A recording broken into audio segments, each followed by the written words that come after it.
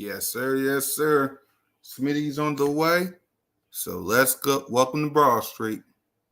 Fly,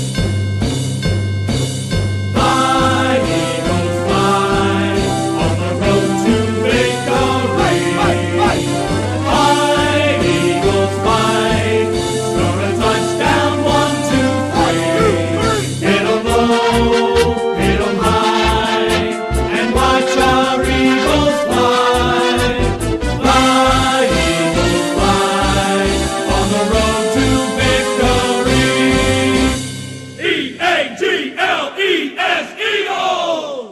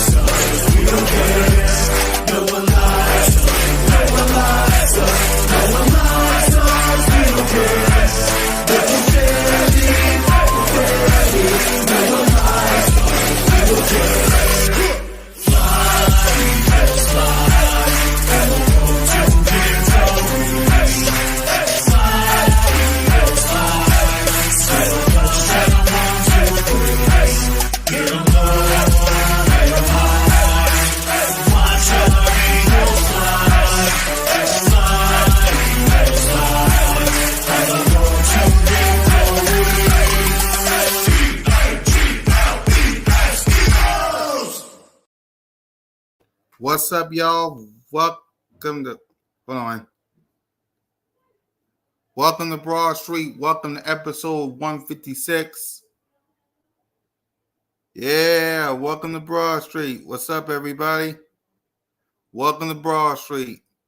Your boy Cool Cat Connor Smitty is on the way. Let me do the official. Yep, welcome to Broad Street. Smitty is on his way, and you're rocking with me today. Smitty's on his way.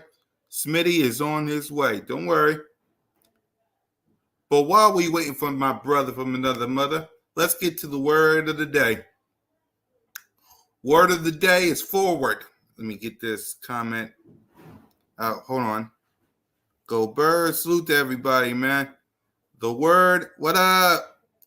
Eagles landed. Guys, by the way, before we get to the word of the day, we still got 257 people on the Birds of Broad Street. We're 53 days away from kickoff of the 2024 NFL season. Hit that subscribe button, hit that notification bell, like, subscribe, comment to the Birds of Broad Street YouTube channel. Okay? While we wait for Smitty. But the word of the day is forward. Forward. As a fan base, as an organization, and as a team, we need to move forward. We can't keep reminiscing about what happened last year. Did it piss everybody off? Absolutely. Did it make everybody mad? Yup. Hey, y'all. Salute to everybody rocking with me today. Did it make everybody mad? Yes. Did it piss everybody off? Yes. But at the end of the day, as a team and as a fan base, as we said, 53 days away, and as we said, 8 days away from training camp, we need to move forward as an organization. We can't be like these other teams that keep looking at the past. That's not how it works. Right? That's not how it works. We need to move forward. Right? We're 8 days away from training camp. We're 53 days. Need to move forward. Right. Salute to everybody, man. We need to move forward as fan base, y'all. We got to. I get it. I understand. Last season, but you got to move forward. That's what Nick Sirianni is doing. That's what Jalen freaking Hurts is doing. That's what all this organization is doing. Saquon Barkley, he's moving forward. He ain't worried about the New York Football Giants. He's moving forward. C.J. Gardner-Johnson, he ain't looking to the past of the Detroit Lions or what happened to us in 2022 going into 2023. He's looking forward. You see, Aaron, yes, what happened last season, it got to be better this year. I agree, but you got to look forward. Got to look forward. Got to go that way. You can't go that way. I'm going to show you that. Look at the Cowboys. Let me turn on my green lights, by the way. Look at the Cowboys. They talk about their 5 rings, right? They talk about their 5 rings. They look in the past. They don't look forward. They don't look that way. They look to the past. Us as Eagle fans that rocks this, future. Right? And that's what I want everybody to do as a fan base, as a whole organization. Move forward. Move forward. Exactly. Move forward as a fan base. Okay? You got to move forward. So we're still waiting for Smitty. And I can't wait to hear him talk about this nonsense right here.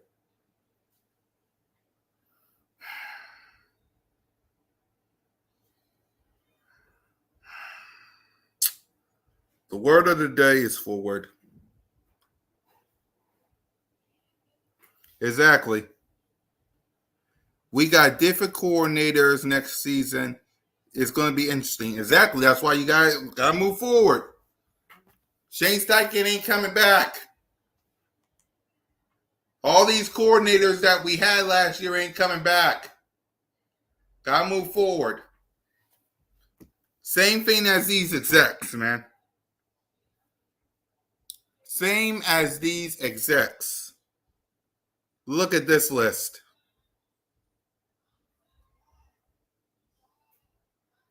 Look at this list, y'all. I can't wait to see Smitty reaction to this, by the way. This right here is voted by the scouts, the coaches, and the NFL execs. The top 10 quarterbacks. Number 1, obviously, is Patrick Mahomes. Number 2 is Joe Burrow. Number 3, Josh Allen. Number 4, Lamar Jackson.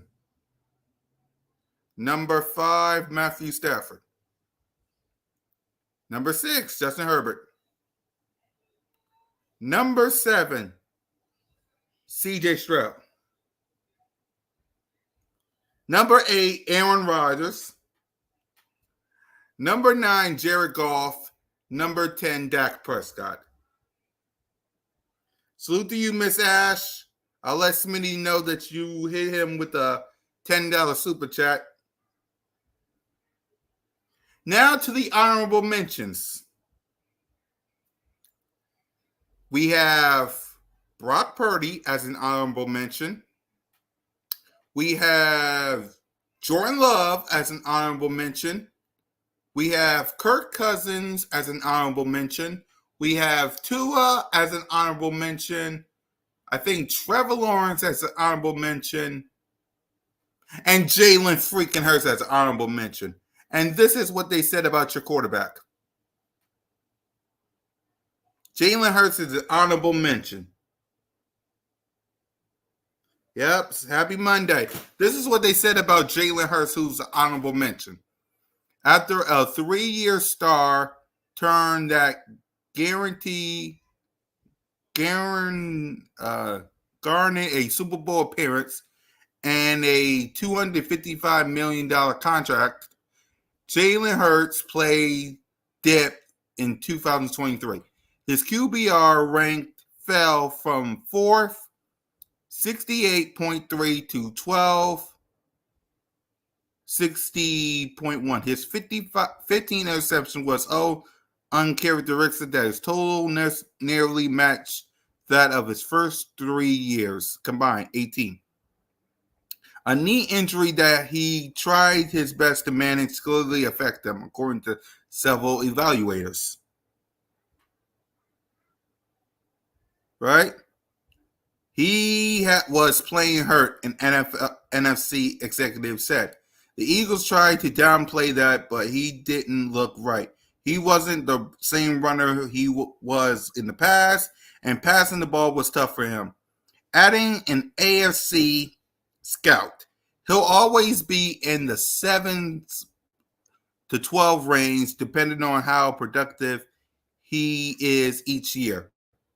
Also of note, the Eagles' offense became stale as a whole, according to a high-ranking NFL team official, and the predictable offensive attack affect Jalen Hurts' stock. That's what they said. That's what they said about our quarterback, y'all. That's what they said. I want to know from y'all before, because Emmanuel Acho said something today. We're going to hear from Emmanuel. We're going to hear from Emmanuel. I want to know what your thoughts in the chat. How y'all feel about about this QB ranking?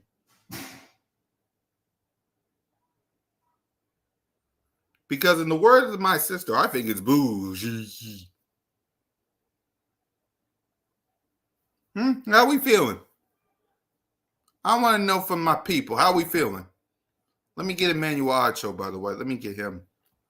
Because y'all need to hear this for yourselves. What he had to say.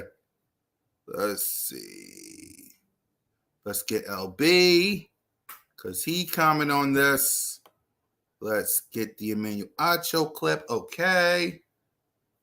How we feeling about that list before we hear Emmanuel?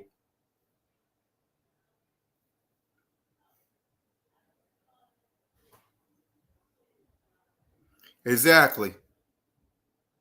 So we're going to hear from Speak, because they got a lot to say. Okay? Let me cover this so I don't get copyrighted. So let's hear from Emmanuel Acho, what he has to say about our quarterback, Jalen freaking Hurts. Hold on. I want y'all to hear this. Y'all ready? Listen to what Emmanuel Acho has to say. But the reason I don't have an issue with this list is very, very, very, very simple. If you look at the quarterbacks that have won a Super Bowl, and the objective of playing the quarterback position is to win a Super Bowl, in the last 15 years, I want you to look at the prototype of statistic of quarterback that's won a Super Bowl. On average, 30 passing touchdowns, James Jones, 1 rushing touchdown. And on average, the winning quarterback who wins the Super Bowl has 174 rushing yards in a season. So if you're looking for a quarterback to win you a Super Bowl, on average, over a 15-year sample size, you're looking for 30 passing touchdowns, 1 rushing touchdown a season, and 174 rushing yards a season. What Jalen Hurts does is incredible.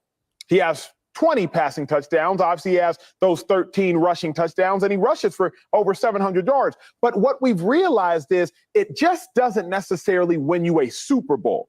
So if you are creating your list of quarterbacks that you prefer based upon what it takes, historically speaking, to win Super Bowls, then I would want to find quarterbacks that fit the criteria of winning Super Bowls. That is Matthew Stafford. That is Dak Prescott. That isn't a limited 2-year sample size Brock Purdy. That is Jared Goff. That isn't a very limited sample size Jordan. Hold on. Smitty said he coming. Smitty said he coming. Right. He's coming. And besides, the show must go on. He coming. Right. I can't leave y'all hanging. Right. He coming. Right. All right, let's go back and listen to Emmanuel Archer. He coming. But the reason I don't have an issue with this list is very, very, very, very simple. If you look at the quarterbacks that have won a Super Bowl, and the objective of playing the quarterback position is to win a Super Bowl, in the last 15 years, I want you to look at the prototype of statistic of quarterback that's won a Super Bowl. On average, 30 passing touchdowns, James Jones, 1 rushing touchdown. And on average, the winning quarterback who wins the Super Bowl has 174 rushing yards in a season. So if you're looking for a quarterback to win you a Super Bowl, on average, over a 15-year sample size, you're looking for 30 passing touchdowns, 1 rushing touchdown a season, and 174 rushing yards a season. What Jalen Hurts does is incredible. He has 20 passing touchdowns. Obviously, he has those 13 rushing touchdowns, and he rushes for over 700 yards. But what we've realized is it just doesn't necessarily win you a Super Bowl. So if you are creating your list of quarterbacks that you prefer based upon what it takes, historically speaking, to win Super Bowls, then I would want to find quarterbacks that fit the criteria of winning Super Bowls. That is Matthew Stafford. That is Dak Prescott. That isn't a limited 2-year sample size Brock Purdy. That is Jared Goff. That isn't a very limited sample size Jordan Love. It's not to say that what Jalen Hurts does isn't fantastic, but if you are creating your list of best quarterbacks based upon who's the quarterback that looks most like Super Bowl champions look, then Jalen Hurts is not on that list until quarterbacks come along who look like Jalen and play like Jalen and win Super Bowls. Obviously, I don't mean look by skin color. I mean look by style of play.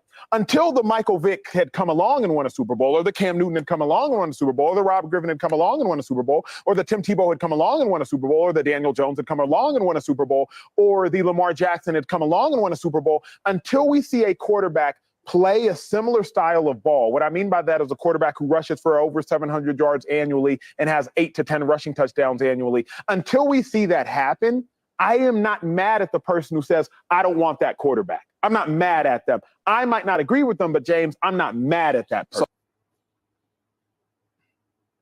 So that was Emmanuel Acho. That was Emmanuel Acho on what he had to say about Jalen Hurts. That was Emmanuel Acho.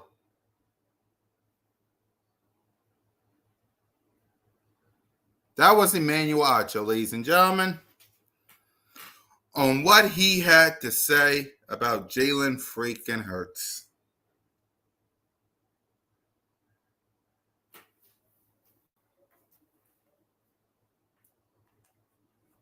The hate is real, y'all.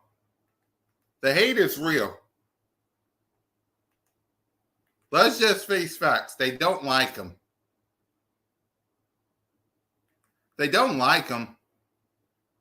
They'll never like him. Trust me. I know this for a fact. They don't like him. They don't. They never will.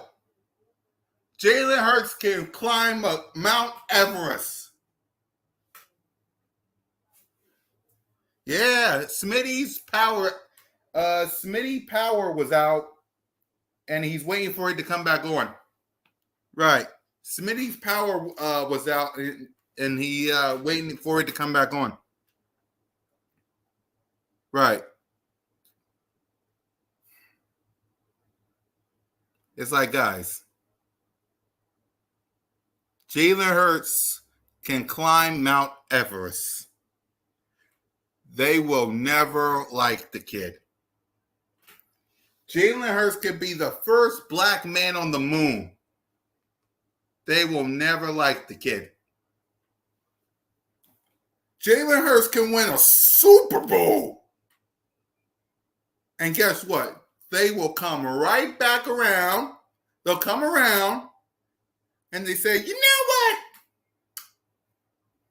Yeah, I want to see it again. I want to see it again. I want to see it again. They will never like him. Never.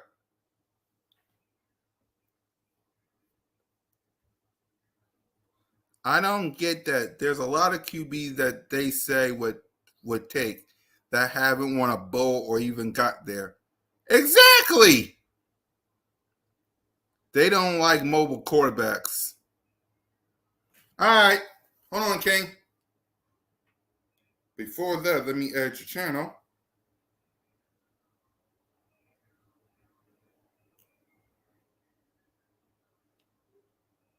First, yeah, let's bring King in here. Let me send him the link.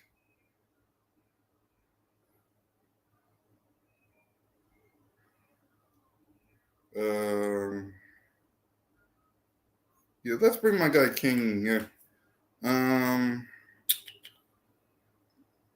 Yeah, I'll send in your DM. Hold on.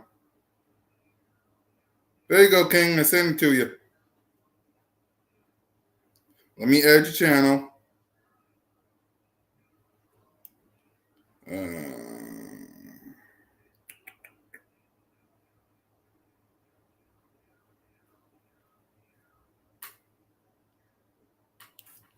All right. Let me. Bam. All right. What's up to everybody on King DV's channel? Welcome to Broad Street. The word of the day is forward, and we're just talking about these QB rankings. These right here to all the people that's on King DV's channel. There's nonsensical boo. Yeah. I just don't get it. I don't get it. Let's see. I don't think it's they don't like him, Cool Cut. It's because they don't believe Jalen Hurts is a... Exactly. They don't believe he's a franchise quarterback. They don't. They don't. They took one look at him. One look, and it's... They have one look of him.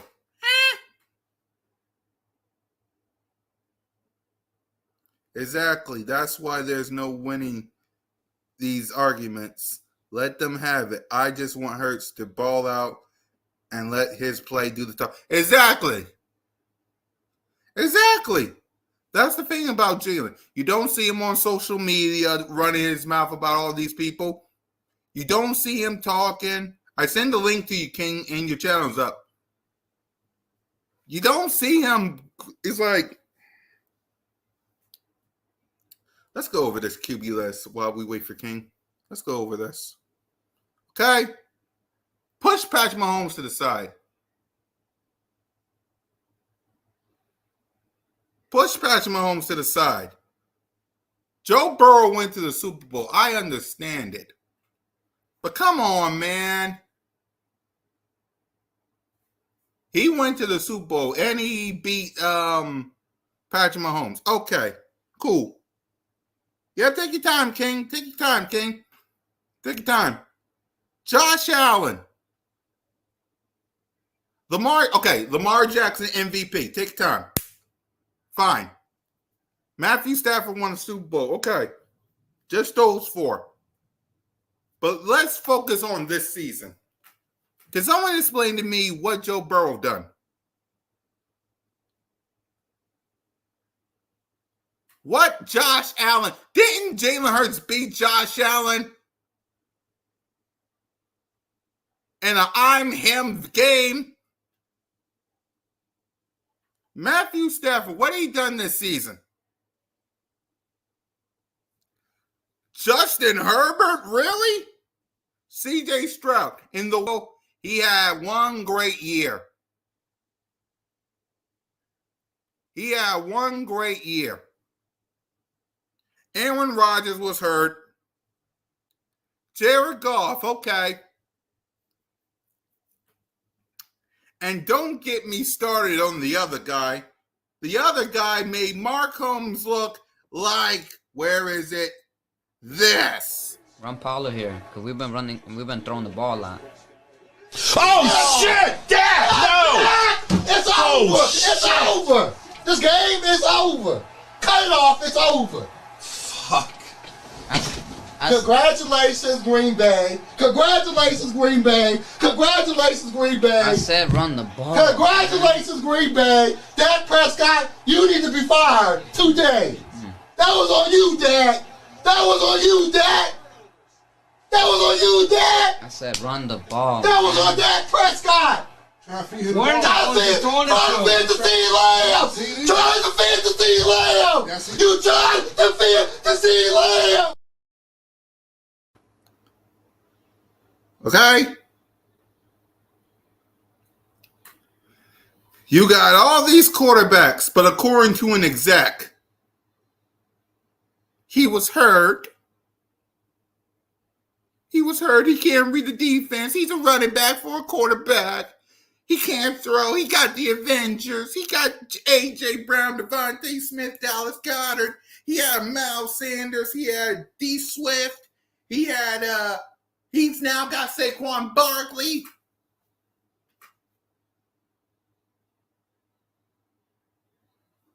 It was his fault that we lost the Super Bowl, not the defense.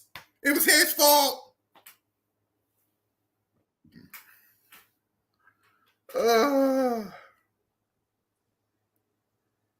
King DV, what's wrong with these people? What up, bro?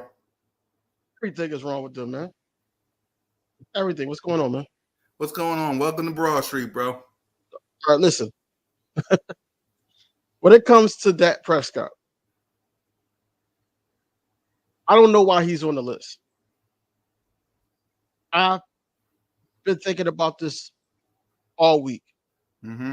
Dak Prescott does not deserve to be on this list. You know why Dak Prescott don't deserve to be on this list? Yeah. Because he's not a winner. Exactly. I'm sure not a better football player than Jalen Hurts. He's not. Number one. Number two, what's going on, Rob? Yeah. What's going on, Aaron? Number two. By the way, your channel's up. I put your channel up. I heard it. I was trying to get on. Take time. But number two, put up that list again.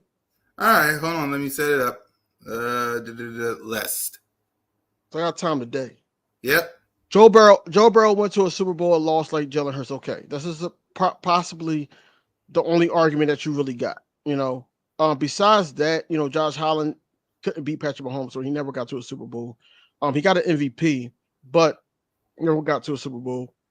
So did Lamar Jackson. And Lamar Jackson's stats in the playoffs don't even look like how it did in the regular season either. Matthew Stafford got a ring. So he should be a little bit higher if you go by accolades, right? I don't even know why Justin Herbert's up there. CJ Stroud had 1 year. Aaron Rodgers old, and he didn't even play last year, and he's in the top 10. That's crazy. Jared Goff, I think he should be a little bit higher. Honestly, I agree with Cam Newton that he's a game manager, but he's probably one of the best, if not the best, game manager in the league. Because you can say Brock Purdy, but Brock Purdy has a lot of weapons. He has Christian McCaffrey. He has Deebo Samuel. He had Brandon Ayuk. I don't even know if he's going to be on the team next year. But, you know, Jared Goff has St. Brown, has two good running backs. But it's not like what they got there in San Fran. So I would say Jared Goff is a better game manager than him. But you know, like I say, and I say this all the time, that our guy should be in the top 3, and he's not number 3. That's where it is with it. He has one bad season, and he's getting all this off-season criticism because that's a hot topic right now. So now everybody's throwing shots at Jalen Hurts because Jalen Hurts did better than your quarterback or your favorite team. Or better yet, he broke records in the NFL, franchise records.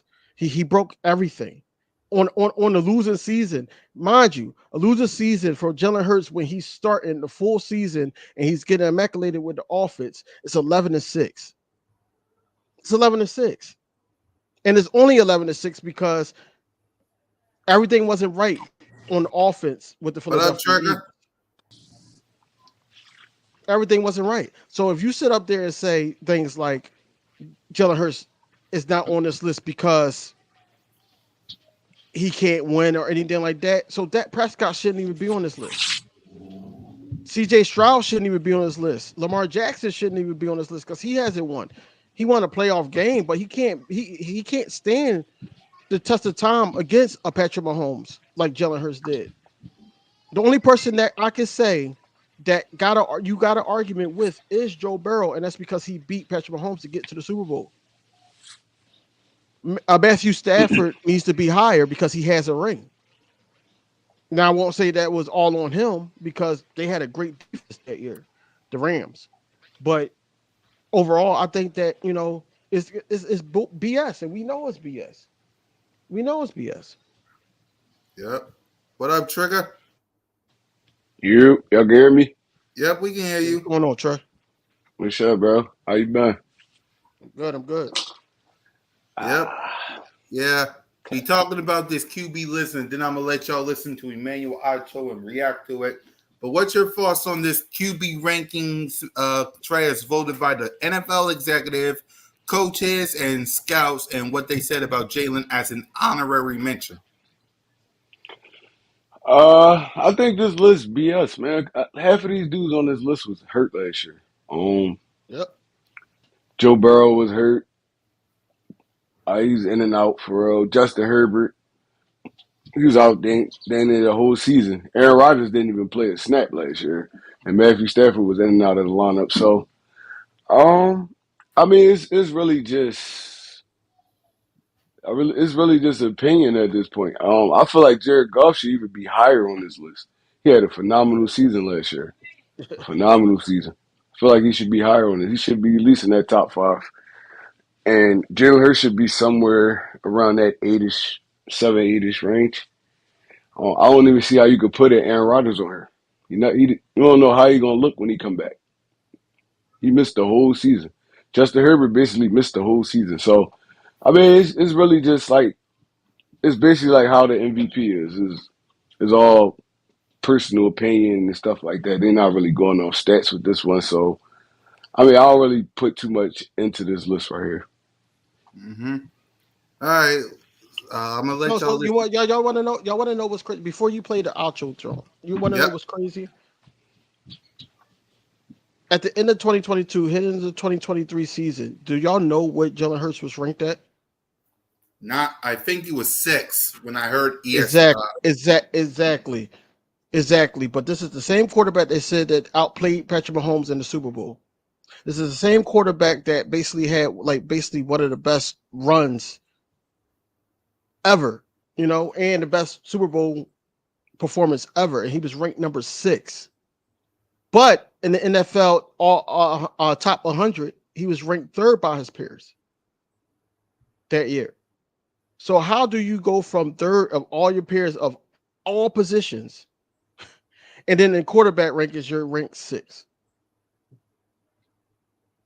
That don't make sense to me. Exactly. All right, let's hear Emmanuel Acho. Seeing as you guys just came in, we heard it in the chat, but for those of y'all who didn't hear what Emmanuel Acho just said, here's a snippet of reason why he agrees with this list. Here we go. But the reason I don't have an issue with this list is very, very, very, very simple.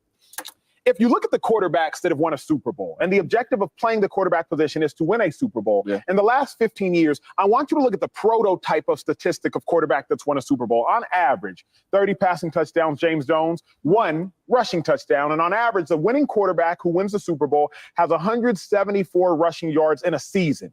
So if you're looking for a quarterback to win you a Super Bowl, on average, over a 15-year sample size, you're looking for 30 passing touchdowns, 1 rushing touchdown a season, and 174 rushing yards a season. What Jalen Hurts does is incredible.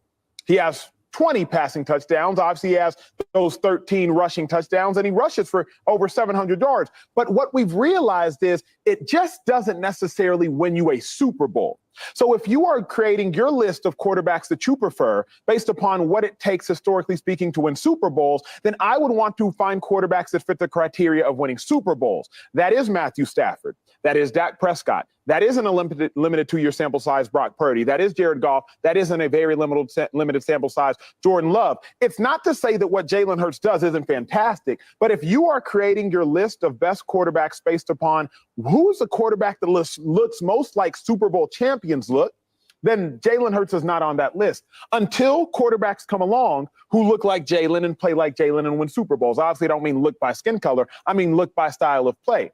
Until the Michael Vick had come along and won a Super Bowl, or the Cam Newton had come along and won a Super Bowl, or the Rob Griffin had come along and won a Super Bowl, or the Tim Tebow had come along and won a Super Bowl, or the Daniel Jones had come along and won a Super Bowl, or the Lamar Jackson had come along and won a Super Bowl, until we see a quarterback play a similar style of ball. What I mean by that is a quarterback who rushes for over 700 yards annually and has 8 to 10 rushing touchdowns annually. Until we see that happen, I am not mad at the person who says, I don't want that quarterback. I'm not mad at them. I might not agree with them, but James, I'm not mad at that person. So I Take this off the screen. Oh my God. Oh my God. I don't look. Emmanuel Take this Acho, off the like screen. Emmanuel Acho. I like him. I like him sometimes, but sometimes he just be speaking anything. Like what? Prototypical quarterbacks, all this other stuff. This what they talking about right now is the top 10 quarterbacks going into the season.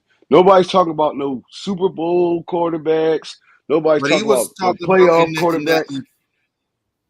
what he was talking about on Speak also. If y'all didn't watch that episode, they was talking about the top 10 quarterbacks, but taking away the AFC, they was talking about the NFC with Matthew Stafford, Jared Goff, Dak, and then the honorable mentions of Brock Purdy and Jordan Love, and Jalen Hurts not on the list. I'm just saying, like, period. Going into the season, even with all the stuff that happened with the Philadelphia Eagles as a team, I feel like Jalen Hurts still played like a top 10 quarterback, to be honest. In my opinion, he still played like it was a couple hiccups. He had more turnovers than he usually have and stuff like that. But the dude still, he was basically like still steady. Like he still put up good numbers and everything. But from what Emmanuel Acho was saying right now, is not adding up to what the list was about. It's like, all right, you doing personal stuff like, oh, I'd rather have this quarterback. No, we're not going off that. We're not going off that. Top 10 quarterbacks going into the 2024 season. That's what we on. I see a lot of people in the media and stuff like that. They be trying to dog Jalen Hurts now. It's like, oh, okay, he's not allowed to have a subpar season. Like it happens to everybody. It happens to everybody. Once people kind of catch on to what you're doing, it's a little bit harder. Lamar Jackson float through the season every year, and then it get way harder for him in the playoffs. You know why? Because now defense is tightened down. Now they know what you're doing. Now they putting those extra DBs out there, making it a little bit harder for you. You still got the speed over them, but now they boxing you in. They doing stuff like that, and you can't adjust. That's what the Kansas City Chiefs did to him. I seen Jalen Hurts the year before when he went to the Super Bowl adjust to every situation he was in. Every situation, oh, you try to take the runaway, I could pass it. Stuff like that. So I don't feel like he's one of those prototypical running quarterbacks that he's talking about. Tim Tebow, Cam Newton, them dudes like that. I don't think Jalen Hurts is that. I just feel like a lot happened with this team and kind of everybody lost their confidence in what was going on. So, I mean, if we're going to play that game, we got to look at the whole team too. But at the end of the day, I still feel like he's a top 10 quarterback. Probably not top 5 right now, but I still feel like he's a top 10 quarterback. King? Listen to him when he said basically he was talking about Super Bowls, and then he mentioned Dak Prescott. Then I knew he was going to be on B.S. time, man. He was going to be on B.S. time. Then he mentioned Tim Tebow. Like, why would you put him in the list of the people that you just named? You know, that's just basically basically, saying, "Oh, y'all just like Tim Tebow, all y'all the same," basically. Then he started talking about race. On your platform, you're not supposed to be, talking about race. Jalen Hurts, if Jalen Hurts is in a solid offensive scheme, multiple years, we've seen it, with Shane Steichen. As soon as he took over, we got to the playoffs the first year, second year, we went to the Super Bowl. And then Jalen Hurts was able to focus on his craft, able to focus on, throwing the ball and everything. And he had the time to do so. Like 2023, not so much, like we talked about yesterday, because he was getting hit with endorsements, the contract extension, everything was pounding up on him to the point where, he didn't have that opportunity to do what he's doing this year when practicing with the wide receiver threes, the RB2 or 3, whatever Will Shipley's going to be at, trying to get acquainted with guys that, he don't normally target, because he knows that, with Doug Nussmeier and Kellen Moore, he's going to have to target those guys. He's going to have to get uncomfortable to make certain throws, basically to try to, distract them with not just his legs, but with the eyes, distract the safeties and everything. They had that conversation. But if I'm, like I said earlier, if I'm gonna place Jalen Hurts anywhere, because I know what he could do. I know he could win. He made it to a Super Bowl. He balled out in the Super Bowl, regardless if y'all want to talk about the fumble or not. Like I said, he had 15 rushing touchdowns last season. He had almost close to 4,000, because they throw that at me too when I argue with a Dallas Cowboys fan or any other fan of any other organization. They throw the 4,000 thing at me. He had 38,000 passing yards. He had 38,000 passing yards. 3,800. I'm sorry, not 1,000. 3,800. This is the thing with Jalen Hurts. Jalen Hurts has to just remain focused and not let his emotions. And I feel like that he was emotional last year because of the whole situation with the Brian Johnson thing. Like I said, he knows him and everything. But did you already talk about the Sirianni stuff yet or no? Not yet. We're gonna get to that next. We're gonna get to that next. But yeah, I think it was a little bit emotional and then frustration, because now you got relationships, going at it, because I honestly don't feel like AJ Brown rocked with what Brian Johnson was doing. But that, I feel like Jalen Hurts was trying to keep the peace, trying to keep everybody happy, but he did not like the play calling either. It was a lot of frustrations, what I'm trying to say, on offense. So, like I said, judging them off of 1 year, one bad or down year, I should say, not bad, but down. You got to judge Josh Allen on a bad year, because I remember he led the league in turnovers. Aaron Rodgers had a couple bad years up to his standard. That Prescott had bad years. He had a turnover problem. It's a lot of guys that you can say that about. But since it's Jalen Hurts, since he played for the Philadelphia Eagles, you're going to make the bar higher on Jalen Hurts. This is basically what they do. Mind you, remember before Jalen Hurts, we had Carson Wentz, and they tried to make that ceiling high too, because he was a Philadelphia Eagle. They don't want us to be successful. It hurt them to see us go to the Super Bowl. Mm-hmm. And I'm not talking about the people that was involved in the Super Bowl. I'm talking about the national media. It definitely hurt the Fruit Loop Bull, Toucan Sam, I call him, Nick Wright. It hurt him. So that's what I'm saying, that, like I said, Jalen Hurts is top 3 and he's not 3. So regardless if you want to have a 1 and 2, because he's a winning in that whole stretch. This is my last thing. In this whole stretch of him going 10-1, he had 4 straight games being down 10. And he came back and won. Now, Dak Prescott, who's sitting at number 10, they didn't even give him that respect to get him at number 10. But you pull it up for for them to say that Dak Prescott is number 10, and he's a regular season quarterback. Because the only team that I could say he actually went out there and beat was an old struggling Buccaneers team with Tom Brady on there that was on his way out the door. And then you know what happened after that. He lost to the 49ers. Yep. So that's what I'm saying, that, you know, he has to be top 3. They're not going to put him over Josh Allen because they like Josh Allen. It's Right. politics. It's politics of the NFL. That's all it is. Right. Before we get to Nick Sirianni, you asked me and Smitty a question, King, about Jalen Hurts. And if you want to ask Trey, I'm ex Trey because I think he's gonna get. I think he's gonna give like clear insight because he's a coach. Right. Do you feel like, because they were saying that who said it? John Castle, something like that. Anyway, Greg Castle. He basically said that Jalen Hurts cannot read the whole field. Do you feel like Jalen Hurts can read the whole field from the tape that you saw? From what I've seen, he can read the whole field. It's just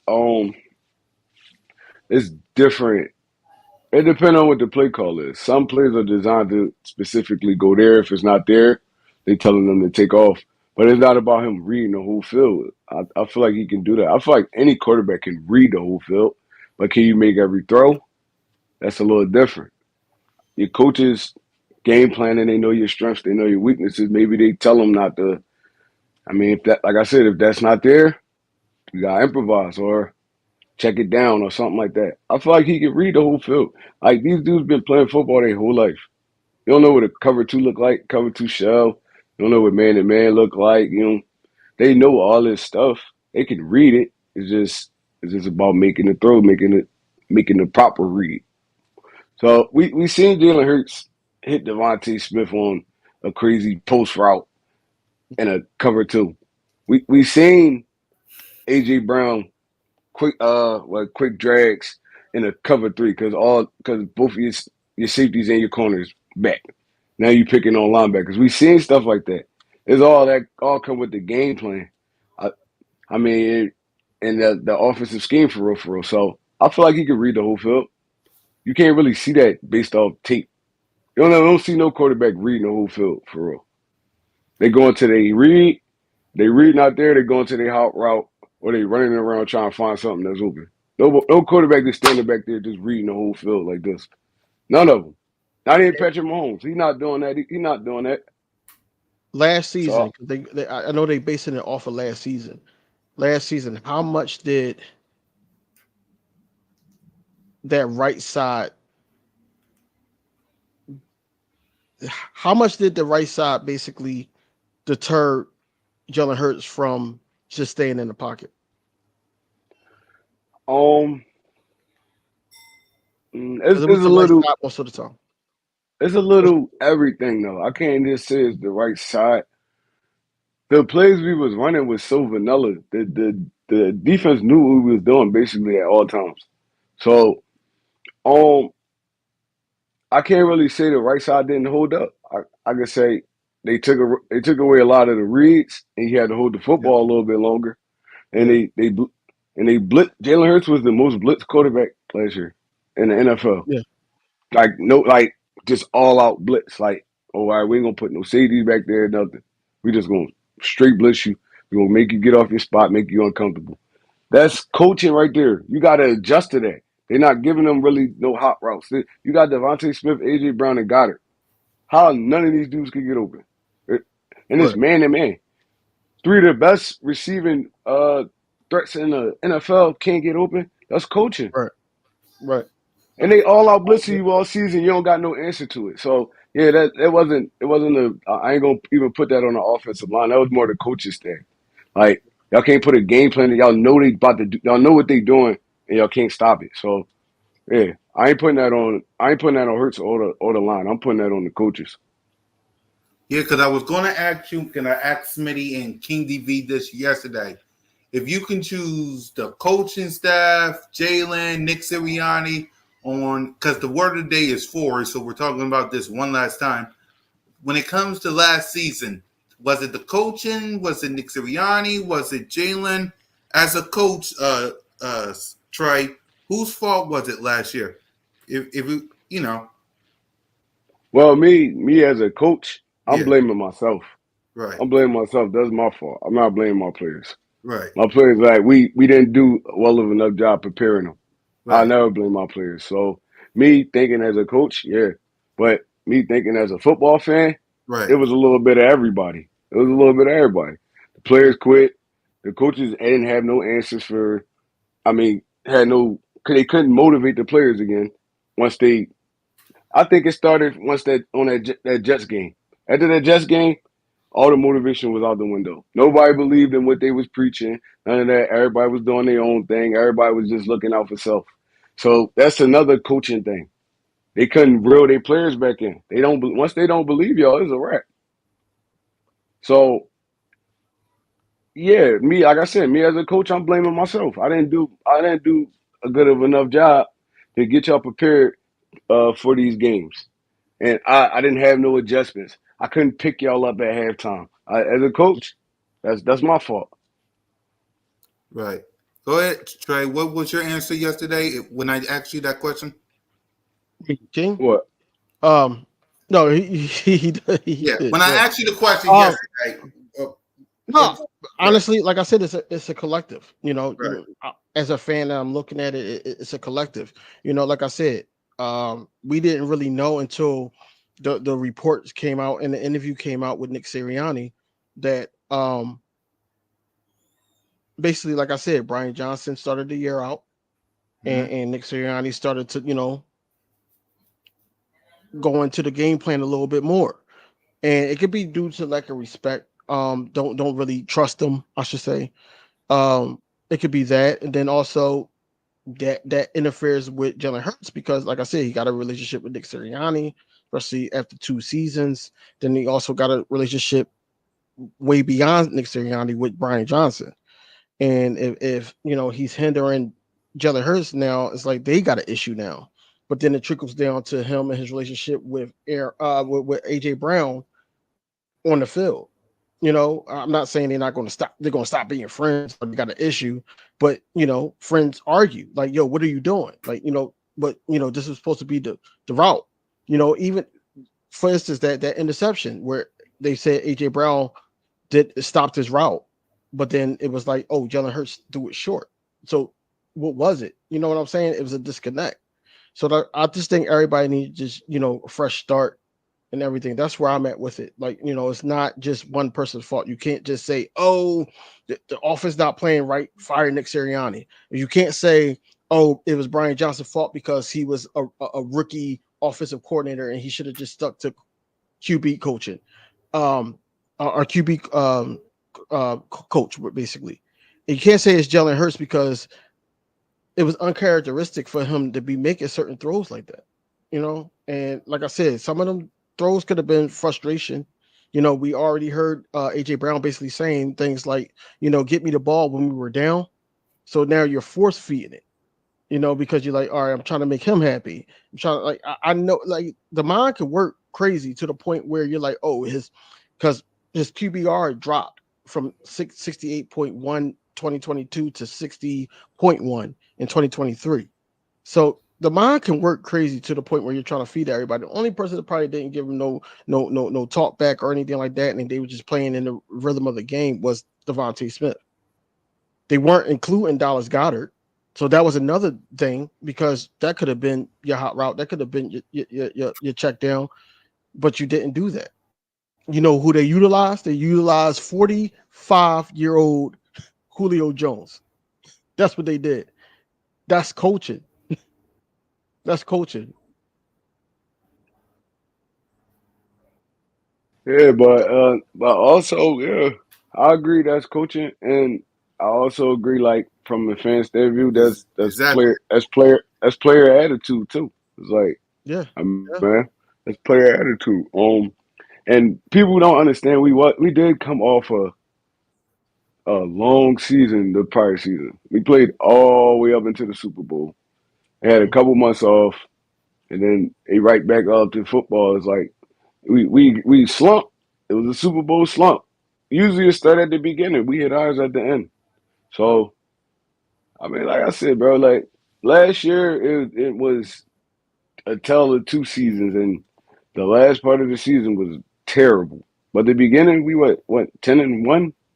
It's like, bro, like we still a good football team.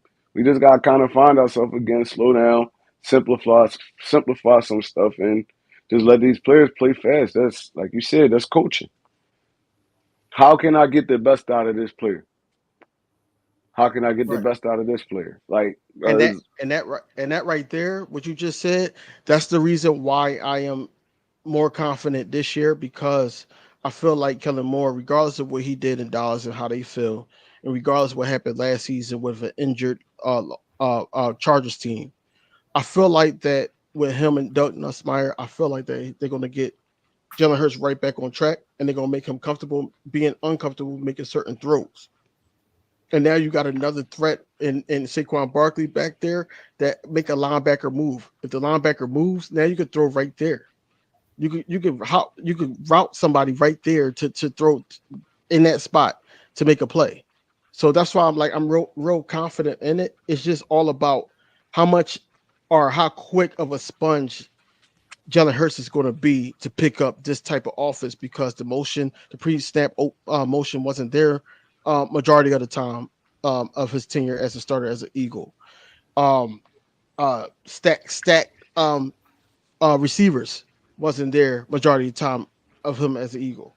It's a lot of things that it's going to change. That's why he said like 90-95% of the offense changed. right. So that's why he got to get comfortable with it. Now that's the whole thing that I'm anticipating, especially approaching what will be 8 days away from training camp. I'm trying to see how quick he's going to get it. Yep. That's The that's thing I where it like is. about the thing I like about Kellen Moore is he utilized everybody on his roster. Like every Mhm. playmaker he got, he utilized them. And Dallas, what Noah Brown was like the fifth wide receiver. Dude had like probably like 5, 6 touchdowns that season. Yeah. Just based off people not even worrying about him. So you got John Ross on the team. You got Paris Campbell on the team. Them dudes, they're gonna be kinda playing in the background, but when it's time, they're gonna make big plays. He utilized everybody he has on his roster, running backs, wide receivers, tight ends. You never know who's gonna go off that day. So I think this is gonna be kind of a special year. I mean, it's gonna be days where Saquon Barkley don't even really touch the ball. Kenny Gainwell gonna go off or something like that. It's like, bro, he utilizes everybody on his roster. So I seen it in Dallas. I seen it in with the Chargers, and I feel like he's gonna bring that here too. And this offense is gonna really be high flying. It just everybody just got to get it down pat first. It's gonna take a couple weeks. It ain't gonna come right out the bat. Us just coming out just putting up 30, 40 points. But as we ride through the season and he get his feet wet, I feel like we're gonna be straight. Sure. Right. So speaking of training camp, before we get to Nick Sirianni, as we set 8 days out, how we feeling going into training camp? What's our mindset going on? How we feeling about training camp as we set 8 days away? King, we'll start with you.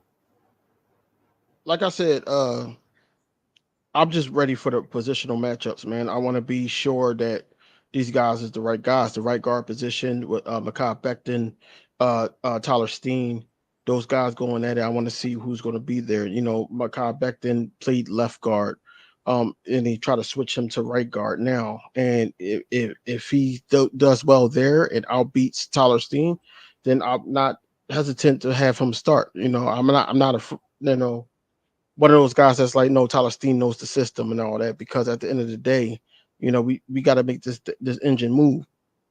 On top of that, the wide receiver 3 position, I want to see if Paris Campbell can solidify that. Right now he's the front runner. John Ross, he can open up the field with his speed. Um, but like I said, they're going to wide receiver 3. A lot of people are putting a lot of emphasis on wide receiver 3, but truth be told, I feel like they're going to be like the fifth option.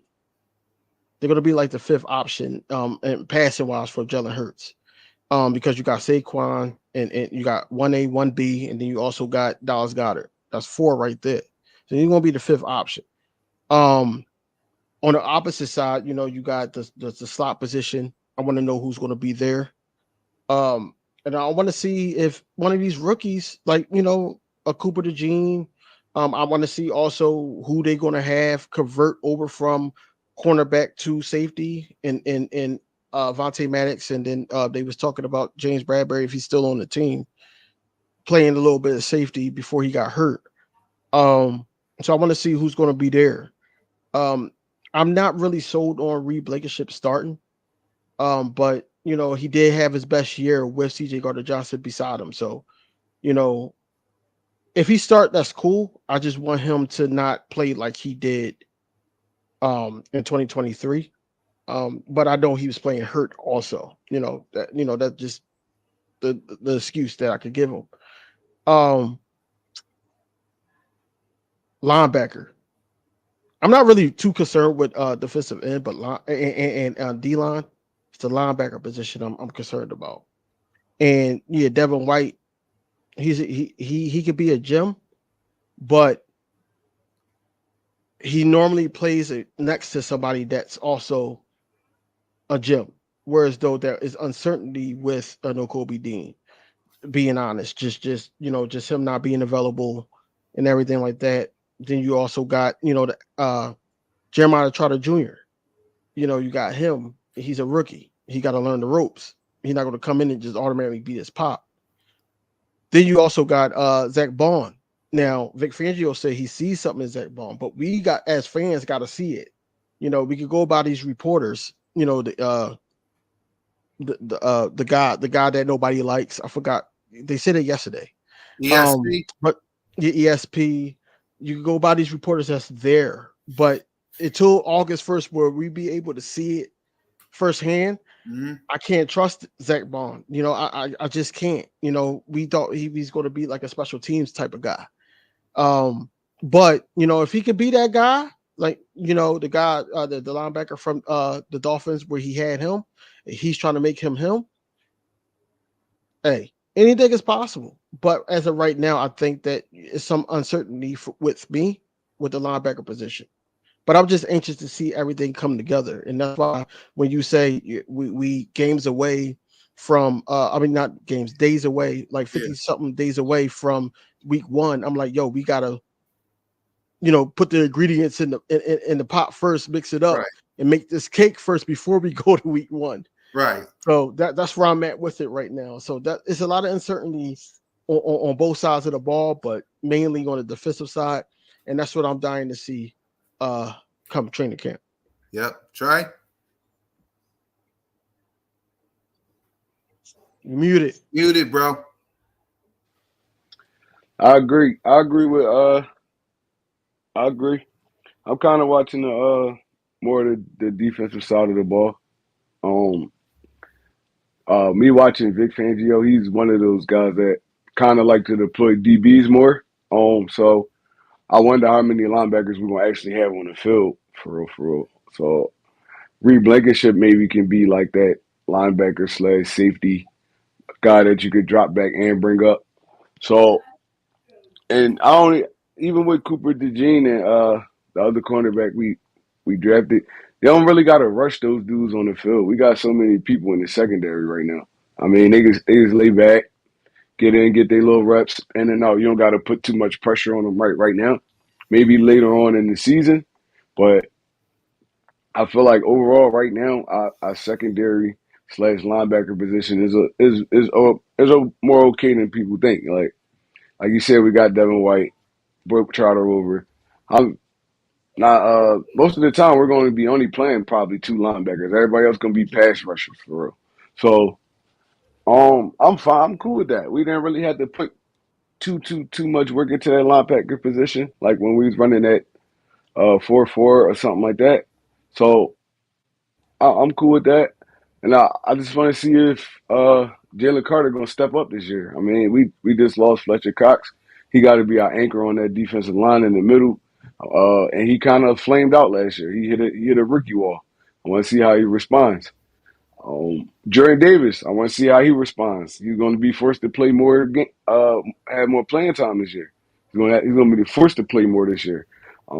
and they're gonna have to kind of move him up and down the line. He just can't sit at that nose guard. Right. So So let's go ahead and let's talk about right. So Go ahead, Trey. here's my bold prediction. Oh no, I got a question. I'm gonna make it a question. Uh-huh. Go ahead. How often do Jelix Hunt see the field? Huh? this year, Yeah, this year. I think little to none for real. I honestly think that he's going to be able to see the field because of Vic Fangio's scheme. Like he used to be a safety, and he converted it to a defensive end. I think he's going to Hmm. see the field a little bit more than we thinking. That's where I'm at with it. I think that he's going to see the field. He probably see the field more than I don't know. If I had my way, I think he would see the field more than Kelly Ringo. Yeah. You think Jelix Hunt will? Yeah, because who do you got, Trey? Who you got as your right now? If you had to have a starting secondary right now, who you have as your CB2? My cornerback too. I'm putting Bradbury right there. If he didn't convert to safety, That's a I'm putting conversation. Bradbury right there. Cause like I said, Vic run kind of that cover 3 type. So Bradbury Right, really not gonna be getting cooked for real. He's not gonna be getting forced to play man to man. He's more comfortable in zone. We already knew that. right, We knew that when we brought him over here. right. So I think he'll be one, 2, Slay 1, and kind of it's going to be a rotation after that. I think Ringo going to see the field a lot.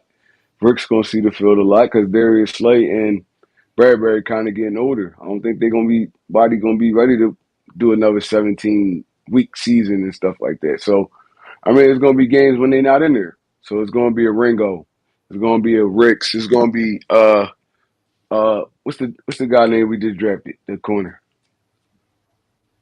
Quinyon Quinyon? Mitchell, Cooper Yeah, Jones. Quayon Mitchell. We're gonna see a lot of them kind of rotating. Josh But Jobe. You're gonna see a lot of these dudes rotating.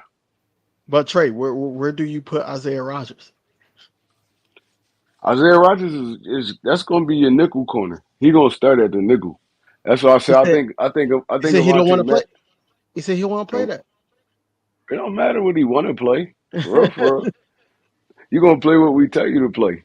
Like we want you to play the nickel. That's where you gonna play at. Where everybody bond said is that shout out to Thomas Mott and Josh.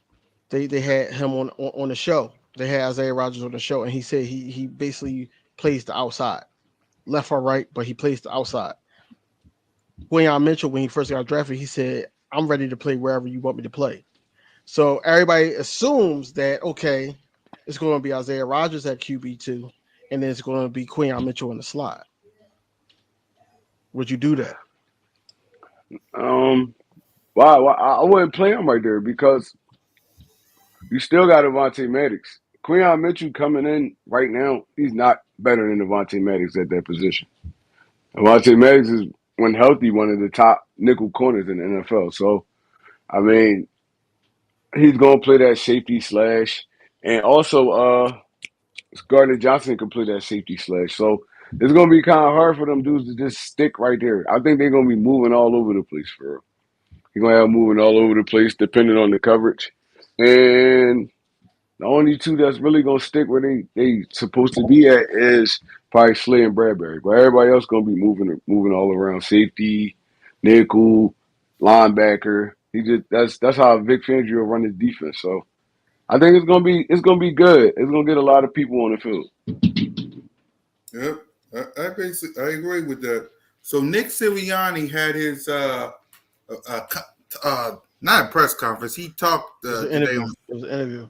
Yeah, it was an interview, and I know you talked about him in your video, Smitty. So, what was the things he said? I I am got it. not Smitty. I am not Dang it, Smitty. dang What it, did I King say? D, my dang it, King D No, Vic, my bad, bro. My bride. so I got it here. So Yeah, thanks, cause I'm talking about Internet's like crazy. what he was saying. So Yeah. basically, he said he loves his offense. Mhm. But it was difficult to give that up. But he knew it was what was best for the team. But what shocked me about the whole interview was, like I said on record, when they were saying, "Oh, Kellen Moore's here," and then Kellen Moore's taking over the offense. I thought that it was Jeff Lurie and Harry Roseman that was like, "All right, we're going to make this higher." It was actually Nick Sirianni's idea to break in Kellen Moore. I didn't know that at all.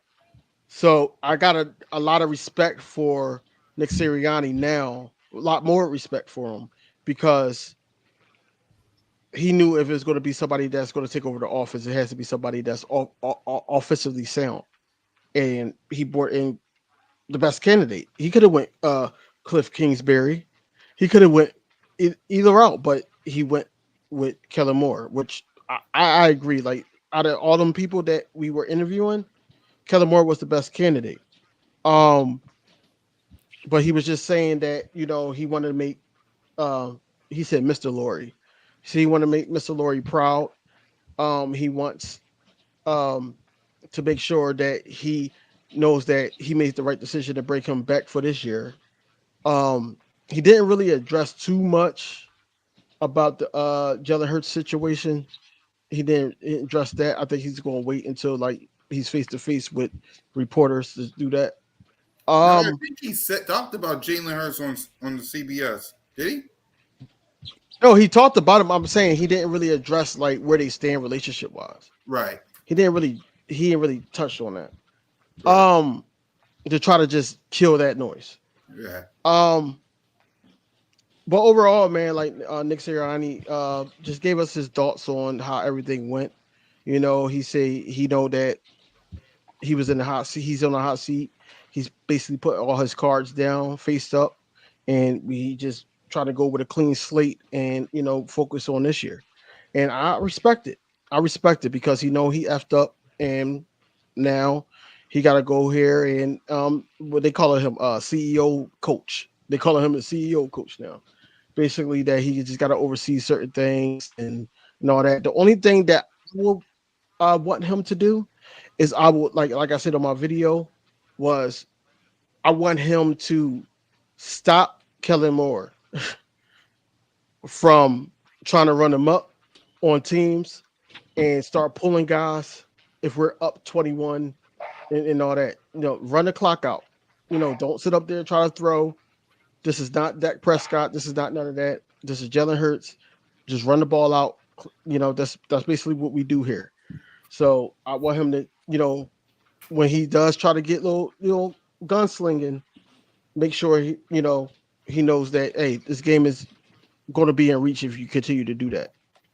So, yeah, um, Nick Sirianni did have a lot of good points. He gave us his thoughts, and overall, man, I'm happy he's still the head coach. Honestly, just because his attitude is so tri-state area, um, and but I will go to say that I don't trust him running the offense because it's going to be vanilla, just like how Brian Johnson's was, because he wasn't ready.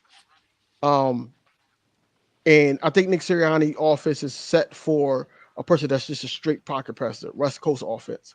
It's not for like a Jalen Hurts, but Jalen Hurts can do that, and that's the beauty of it.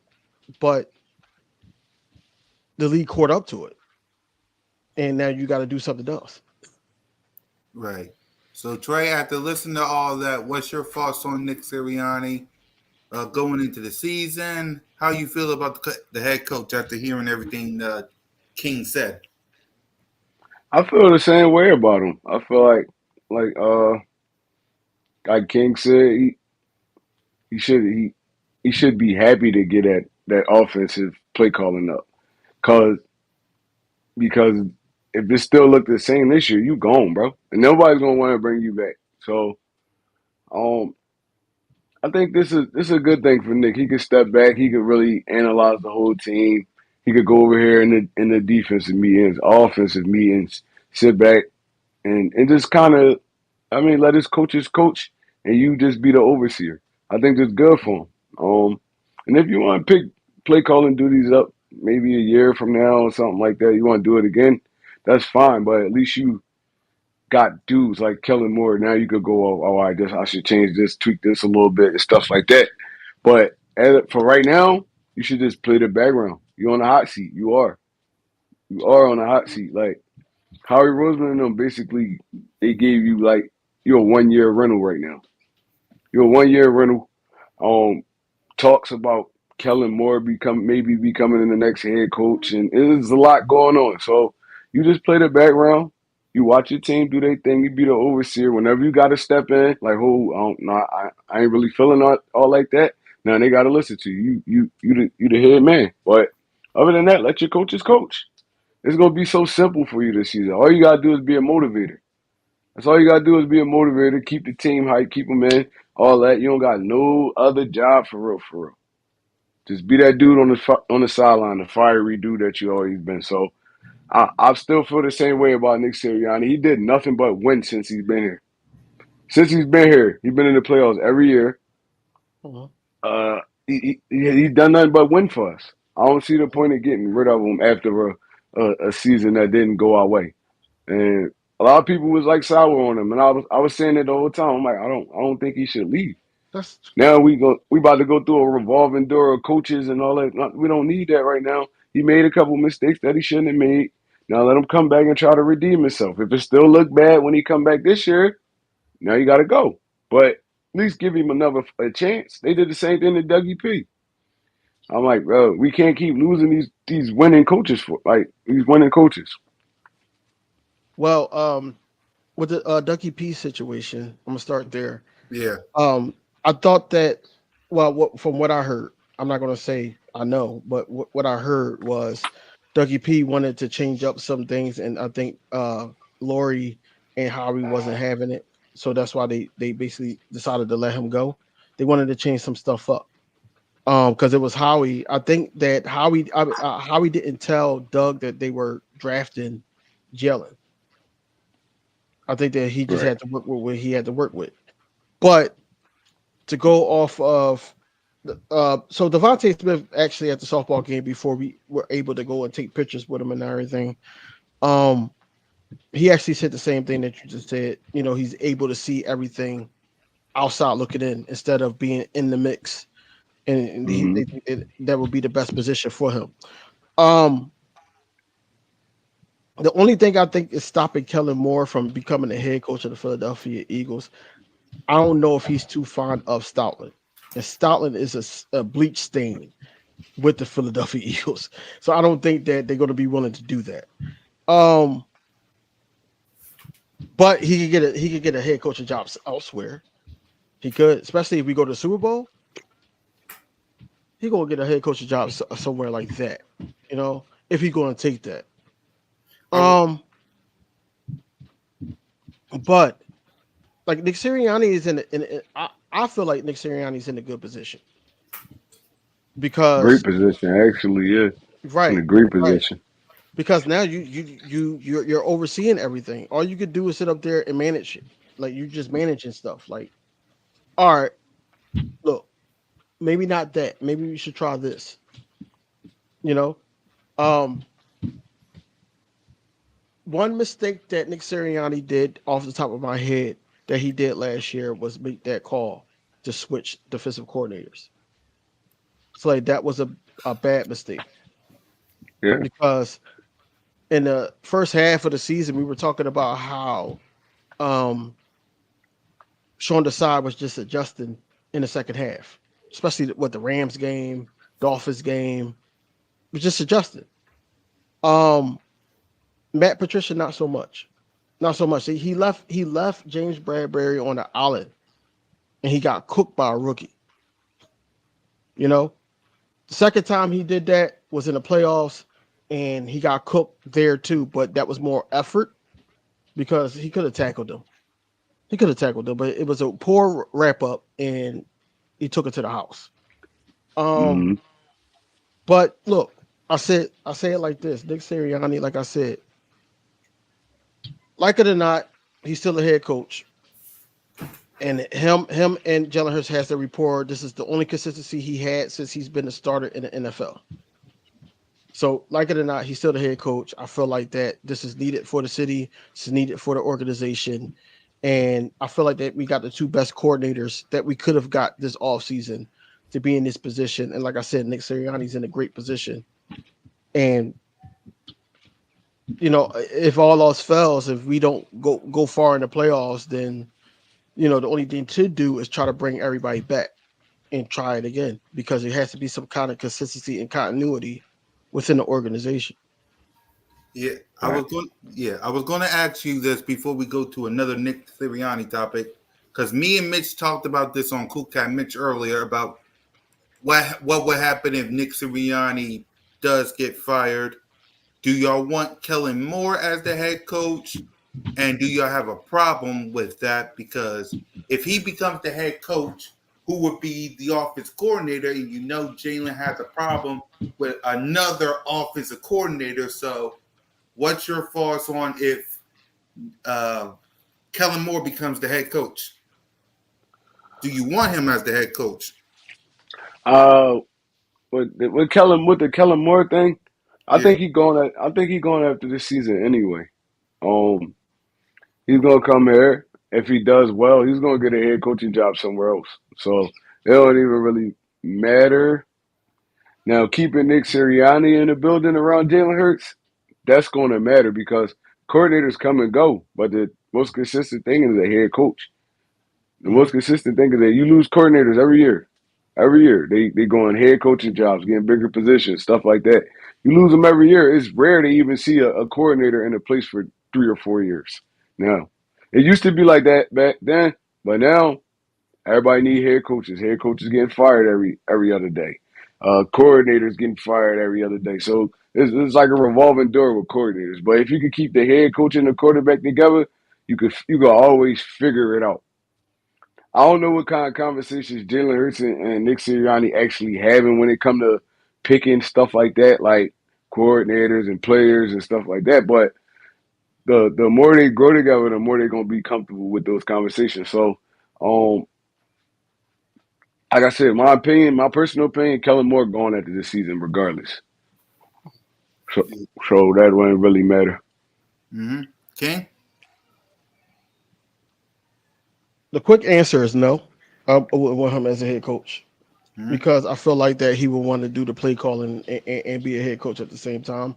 I feel like that we in a good position, just like the Detroit Lions with their head coach. He doesn't call any plays. He allows his coordinators to do what needs to be done. Um, I feel like that Nick Sirianni, like I said, he's the tri-state area. He's that type of guy. He could be Camden, he could be Philly, he could be Delaware. Um, but overall, I just think that Nick Sirianni just can't do play calling. He's not equipped to do play calling, and that's okay. And that's okay. But Kellen Moore as a like I feel like Kellen Moore is that worker that works at the best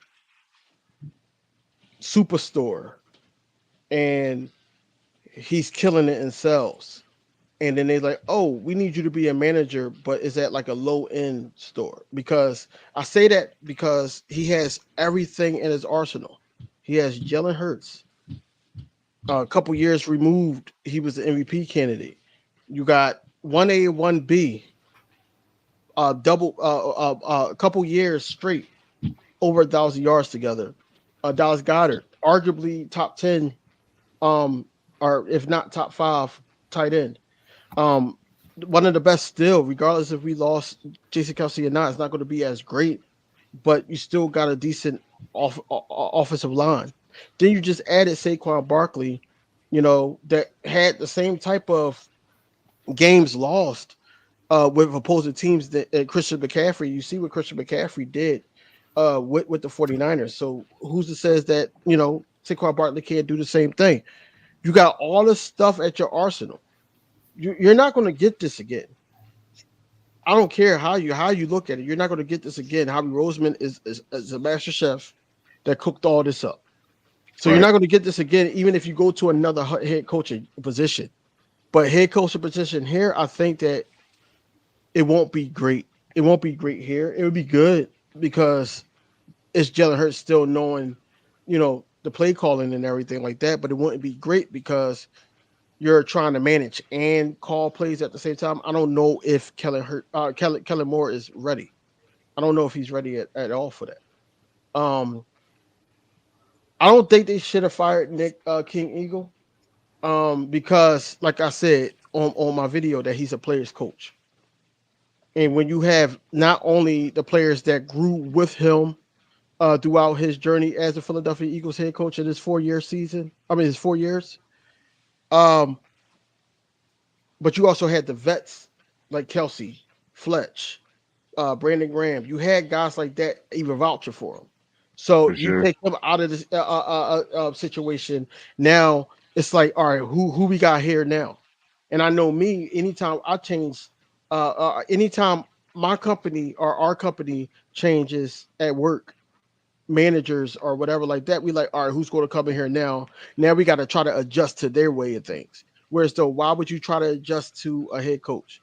That's dumb. That's what I'm saying. Nick Sirianni had one bad year. If you're going to judge Nick Sirianni off of one bad year and a couple bad judgments in that year, then you got to judge Jalen Hurts as well. You have to, and that's just the conversation that we got to have because Jalen Right. Hurts did things regardless of how everything went down. That we're not pointing fingers at everybody at one person, but Jalen Hurts did make those throws. Jalen Hurts did not take care of the ball, and he caused non-fumbles.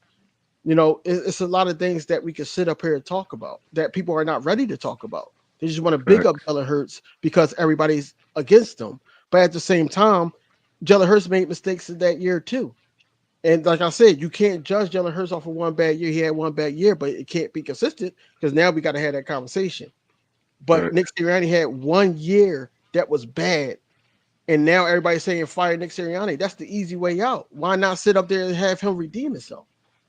Facts. That's stupid. It's dumb, and it's just a weak minded way of thinking. And I'm not saying King Eagle, you're weak minded. I'm just saying that that's what everybody say. Fire Nick Sirianni, but Nick Sirianni is needed right as of right now. It's not his moment to not be a head coach for the Eagles. It's not. And if he sit up there and take us today and tomorrow, if he take us to the Super Bowl and we win the Super Bowl, ain't nobody gonna say fire him. He got to the Super Bowl twice. He won and won in the Super Bowl. That's what I'm saying. Like you gotta let things play out the way it's gonna play out. Facts. I don't know. I I agree. don't know. It's weird. It's No, weird. I agree, bro. Like I agree exactly what you're saying. Cause when all this was going down and the coordinators got fired, I was saying the same thing. I said, why y'all want to lose Nick Sirianni too? The dude ain't did nothing but win. Even last year, we still had a winning record. With everything that happened, how it unfolded at the end of the season, we still had a winning record. We still made the playoffs. I mean, we unfortunately we lost to Tampa Bay, but we we still was on a trajectory as one of the best teams in the NFL before we kind of imploded. So, and why would you like you said? Why would you not get this dude another chance to run it back? He did nothing but win for us since he's been here. Mhm. Now you want to fire him after a couple bad games? It's like I don't know. That's just Eagles fans overreacting all the time. Because all they Yeah, do is and that's just overreact crazy to that you said that. everything. It's crazy that you said that because I'm not gonna lie, I got on here and I did that too. Like, yo, man, what's wrong with Nick Sirianni? I made shirts, I did all that. But at the same time, I'm like, yo, take a step back. I'm a content creator. I gotta look at everything as a whole. And I'm like, yo, he made mistakes, but if we keep the turnstile going with coaches and coordinators and stuff like that, the numero uno, Jalen Hurts is not going to be able to grow. This offense is not going to be able to grow. Defense is not going to be able to grow. We're not going to be winning like that. Right, We're talking about Nick Sirianni like he went 5-12 last year. He for went sure. 11-6, regardless of how it happened. He went 11-6. That's what I'm saying. He still had a winning record. We still made the playoffs, even though we lost the first round. We still made the playoffs. So that's what I'm saying. That you got to give him another shot, man. And the certain things that he does is Philly, and they embody it. If we're winning, You don't have a problem with the head coach. But if we're losing, fans has a problem with the head coach because he's the number one reason why we got a problem. You know, he in that interview too, he also said that Brian Johnson was the offensive coordinator. He was the offensive coordinator. Right. All he did was basically, hey, you should do this, you should do that. Or if they went for two, he called that out. He did Right. that. But everything else, Brian Johnson was doing. So why not put that blame on Brian Johnson, who also just got a job? So that's what I'm saying. That teams is not giving up on coordinators that didn't really do much for a team with this much talent. So why should we give up on a head coach that took a team to the Super Bowl, have a winning record, has that connection with a Jalen Hurts, the wide receivers, vets that's going to come back and help these young guys like a Jalen Carter and Jordan Davis. Like, why are we giving that up? Because Right. like who else are we gonna get? Who else are we gonna get? Who else are we gonna get? It, I know you're not thinking we're gonna get Bill Belichick because y'all not gonna like him here. I'll tell you that now. You're not. Yeah. Let's see. King says when you have to hire Big Hop Dom to basically be his babysitter, and by keeping Nick Sirianni, we are going to be going to an offensive coordinator rotative door, and Jalen has never really endorsed Nick. I'm not gonna say he never endorsed him. He said a lot of good stuff about Nick Sirianni. He just don't say what y'all want him to say. I want him to. Right. And Jalen Hurts don't say that about nobody though. So he's like, he don't say that about nobody. Even when he talking about like AJ Brown or Devontae Smith, one of those dudes. Yeah, we do what we need. His answer's always been vanilla. They always been vanilla. He didn't say nothing good about Nick Sirianni. Okay, I don't know what personal conversations they have. Maybe you don't want to put that kind of stuff out there. Like, Jalen, like I said, since he came in the league, when did you ever hear Jalen Hurts talk bad or even kind of good about anybody? Everything is like kind of militant with this dude. Like it's like we as a team, you ask him about a personal question about somebody. Yeah, as a team, we just kind of sit down, we discuss stuff like that and all. He give you the look like he reading it out of a book because he don't want to give y'all nothing. So I'm pretty sure, like, I ain't even gonna lie to y'all. I'm pretty sure if it got that bad, Jalen Hurts got enough of a voice in that front office and all that. They get Nick Sirianni out of here if it was that bad. Because he basically got Brian Johnson out of here. He didn't want to work with him no more. He basically got Brian Johnson out of here. So I'm pretty sure he has enough pull. After you just paid him all that money, he has enough pull to get Nick Sirianni out of here if he really wanted to. So, um, this is what we do in Philly. Like, I'm not even gonna lie to you. This is what we do in Philly. Okay, Nick Sirianni fiery. They had to hire a bodyguard or whatever you talking. He's fiery. He's passionate about the game. Sometimes I think he's a little over the top too, but it's not fake with him. He's not fake. He wears emotions on his sleeve. A lot of people don't like that. Oh, you're a head coach. You should conduct yourself better. Y'all forget Nick Sirianni played football his whole life. His whole life, college, everything. So sometimes them emotions take over when you in the game. I ain't gonna lie to you. I coach football. Sometimes I find myself jumping up and down, screaming like I'm in the game. And I gotta kind of reel it back, like, oh snap, I forgot I ain't even playing no more. I gotta be out here coaching. I gotta kind of conduct myself a little better. So I mean, it happens when you a fiery dude and you really that passionate about the game. Sometimes your emotions come out, and it makes it look a little worse because he's on a national platform. But it's coaches that do that all the time. High school, little league. It's coaches that do that all the time. They get fiery. They get a little bit too hyped up, and you got to roll them back in. So I don't think Nick Sirianni is a bad dude in this city at all. He kind of like what DV said. He's Philly. He's Mm-hmm. Philly. Like Yep. he's fiery. He's passionate. He He won it as wears much as 76ers gear and Phillies up gear. he won it just as much as we do. So You don't see that. the whole thing about Jalen Hurts not endorsing Nick Sirianni, I feel like that he answered the best way he could, not to even feed into the reporters. I think that they try to put him in an uncomfortable position Basically, he just said, he finds the right things to motivate us. He's great and everything like that, but that wasn't enough. They wanted him to be like, we not focusing on that. They want him to be a machine, basically. Say this, say the right things, you know. But that's not Jalen Hurts. It never been Jalen Hurts. Jalen Hurts also said in one of the interviews he had, I think it was the 2022 season, Yeah. because remember he was keeping the main thing, and Yep. also we was taking it week by week, right? Yep. And one thing he said was, "I don't want to get too high. I don't want to get too low." Yeah. And Yep. that was his mindset. And then everybody that the 52 men that was on the roster was following that whole mindset. So it was good in 2022 because we made it to the Super Bowl. But it's not good now because you feel like that, he's saying the wrong thing. Then on top of that, um, Brian Johnson.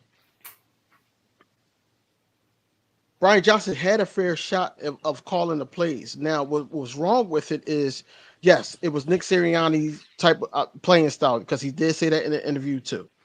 He said Shane Steichen and Brian Johnson, those plays basically was his playing style. This is how he would have called plays. The Mhm. only difference is that out of Brian Johnson and Nick Sirianni, not so much Shane Steichen, because Shane Steichen had a decent season, regardless if they didn't make the playoffs or not, with the Indianapolis Colts.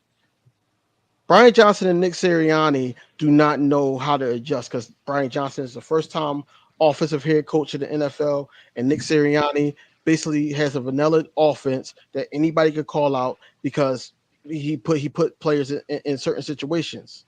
So now what we're saying for the past 10, 15 minutes that me and Trey was talking, Mhm. what we're saying is that he gave up those duties Yes, he did.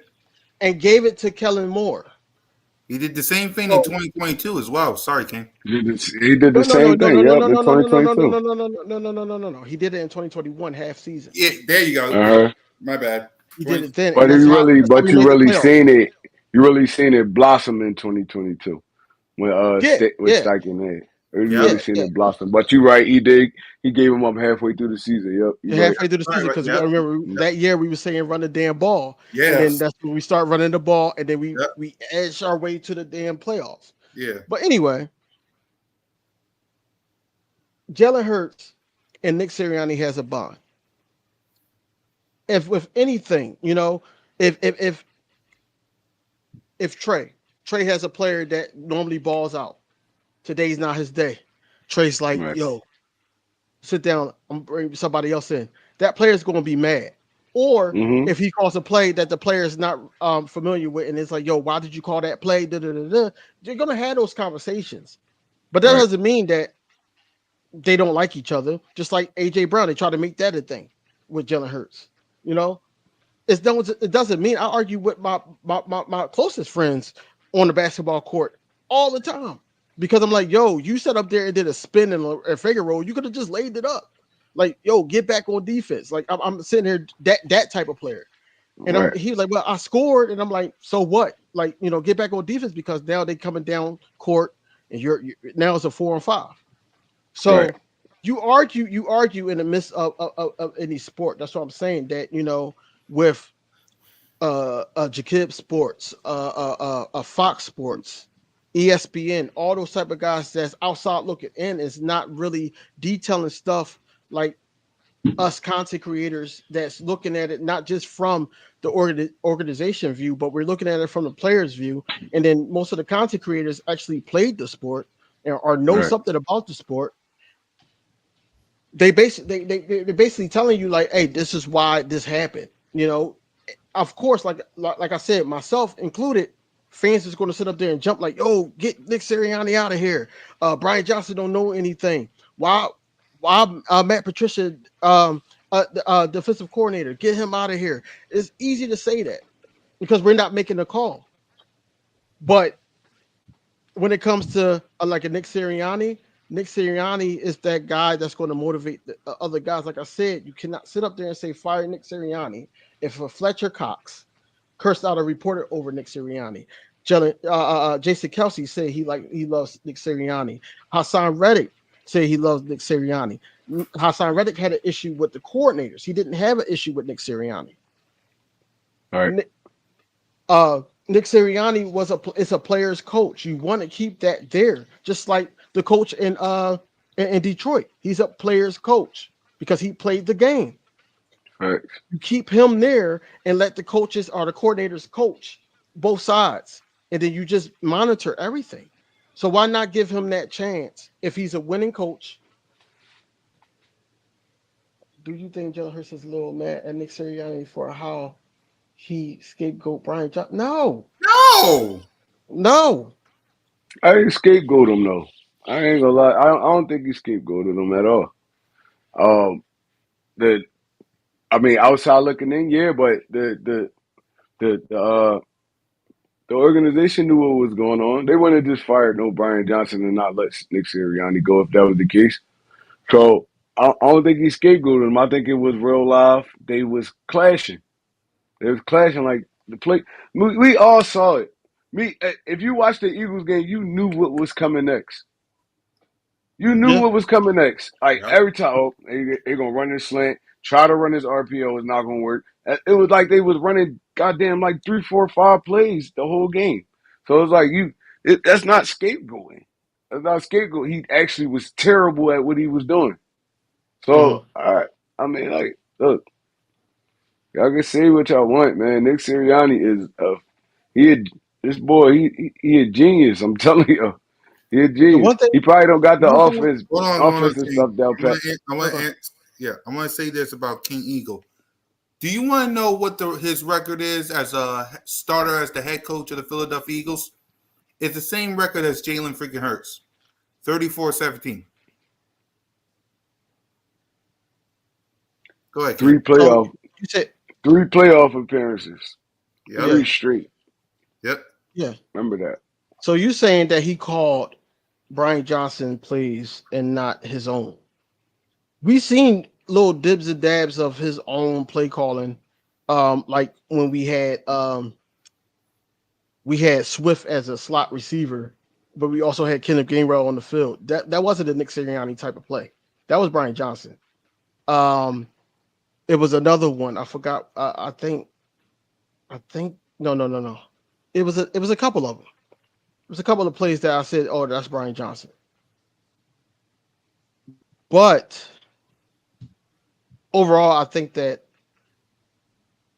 Brian Johnson had the play calling duties because we were arguing and begging Brian Johnson week 2 to run the ball with Swift.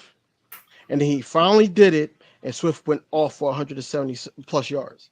Right? Um, Yeah, Nick Sirianni didn't. Like I said, I still feel this to this day, regardless of the interview or anything like that. I still feel that Nick Sirianni didn't have a lot of trust in Brian Johnson like he did in Shane Steichen. I think Shane Steichen, yes, he called the same type of plays because they was from the same umbrella. He called the same type of plays that Nick Sirianni would have called. The only difference is Shane Steichen motioned a little more. You've seen that with the Indianapolis Colts. He motioned hmm, a little pre-snap to confuse defense. And you've seen that with us. It was a lot more movement. It wasn't as much movement as Kellen Moore's offense, but it was a lot more movement than Nick Sirianni. Nick Sirianni, it was just stagnant. It was vanilla. You already knew it was going to be a quarterback keeper. You already knew it was going to be an RPO. You already knew that all you got to do is rush him and blitz him, and basically the line would cave. You knew a right, lot of stuff in 2023 that you didn't know in 2022. right, So now you got Kellen Moore that's going to trick the offense, trick the defense. I mean, and then also you got the offensive line, and a lot of people are sleeping on Cam Jurgens. Cam Jurgens is going to be a beast. He's not going to be Kelsey. Nobody's going to replace Kelsey, but he's going to be a beast. He's going to be a beast. It was times when Cam Jurgens got into the game, I didn't even see a difference. I didn't even see a difference because he was learning from Kelsey. You don't I think that agree. guy was a sponge? But I anyway, agree. back to the coaching. I feel like Brian Johnson wasn't a scapegoat because somehow, some way, Brian Johnson still got a job elsewhere. Nick Sirianni having a job, you know he's not the scapegoat. I mean, he wasn't the scapegoat because Nick Sirianni kept his job. He was able to come with a plan to Jeff Lurie and Howie Roseman to see, okay, what can he do better? And they respected it and they kept him for another year. Like Right. Trey said, this is basically a rental. If you mess up, you out. But if you get far enough to go back to the Super Bowl and everything like that, you might get another shot. But if you win Mm-hmm. the Super Bowl, oh yeah, we extended you. This is his fourth year as an Eagles head coach. That's what I'm saying. Like, you know how many years that Bill Belichick was the head coach and of the Patriots, or how many years Andy Reid was the head coach of the Kansas City Chiefs. That's what I'm saying. Like, if you keep rotating guys and we just keep saying get him out of here because of a bad season, then we're always going to have those type of seasons because now the players got to get familiar with the scheme again. They got to get Right. familiar with a voice again. It's so much to go on with this. I'm not saying that you're not right to your own opinion, King Eagle. What I'm saying is they hired him back, and we're just giving out points of why they hired him back and why they think he's the guy. And right now, this argument is not going to change the fact that he's still the head coach of the Philadelphia Eagles. Right. Exactly. And also, look at what they talked about on Speak along with that. They was talking about the head coaching rankings.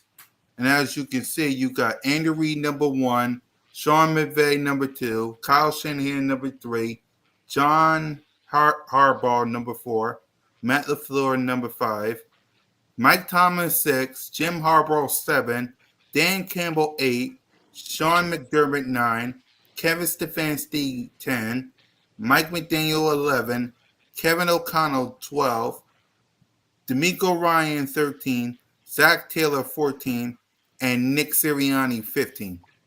Hold on, Mm. wait. Hold on, let me count real quick. I feel like that's horrible, Will. That's horrible. Yeah. It is 1, 2, 3, 4, We talking 5, about Kevin Stefanski. What did Cleveland 7, actually do? 8, 10. What did Cleveland So actually do? What did Buffalo actually do this year? listen, So, you got 10 coaches ahead of Nick Sirianni that never took their team to a Super Bowl. mm-hmm. 10, including number 4 and 5. Mm-hmm. So what are we talking about? This is politics. This is guys that they like. This is guys that they talk about all the time. I mean, John Harbaugh actually went to a Super Bowl though, so No, he did. we He did. yeah, All we right, can't so include him. 9. So 9. Yeah, So 9. They got 9. He yeah. did. So 9. And I think Mike I'm Tomlin saying, did too, didn't he? Mike Tomlin went, but they lost. I think. Oh no, no, I he didn't wasn't count there. him. That was I didn't. I that ain't, was. I ain't, I ain't count him. I ain't count him. Oh, all right. No. Mike Tomlin did get it. No. That wasn't Mike Tomlin. That was the other And, coach they and had. then actually, Jim Harbaugh went to the Super Bowl too. He beat his brother in it. I mean, he lost to his brother in there. So it's a That lot was of on San Super Fran. Bowl. Yeah, that's what it So when 8. he was in San Fran. Yep. All right, so 8. So 8.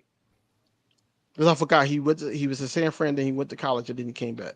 Got Yeah, you. then he came back. Yep. So yeah. So yeah. So all right, 8. So he should still be in the top 10.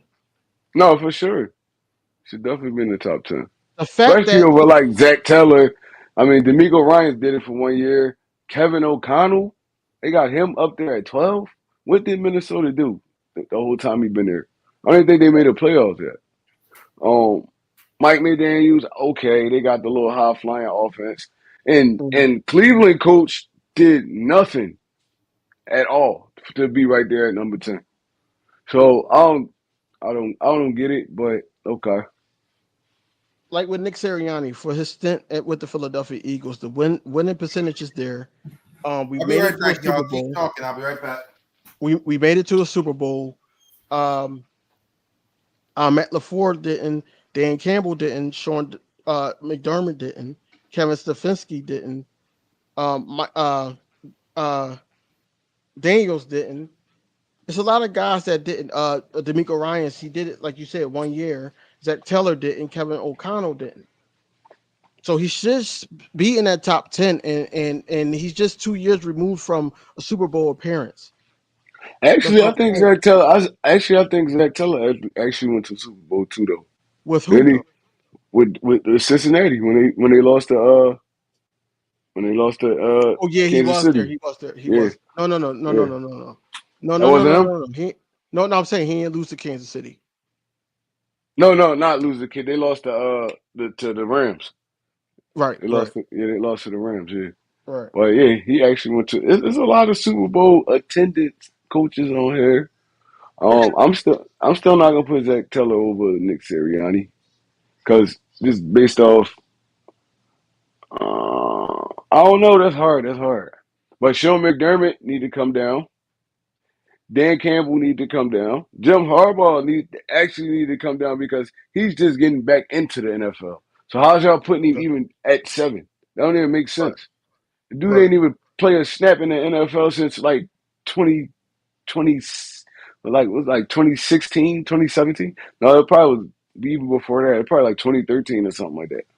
So y'all don't know how he's going to work out in the NFL right now. So how do y'all got all these dudes over Nick Sirianni? That don't even make sense. I'm gonna just say this, King Inko. I love the fact that you are staying consistent in your argument. Uh, but all I'm gonna say is this: like I said, Nick Sirianni, when he gave up play calling, we went to the we never missed the playoffs. Ever. And then on top of that, we made it to a Super Bowl.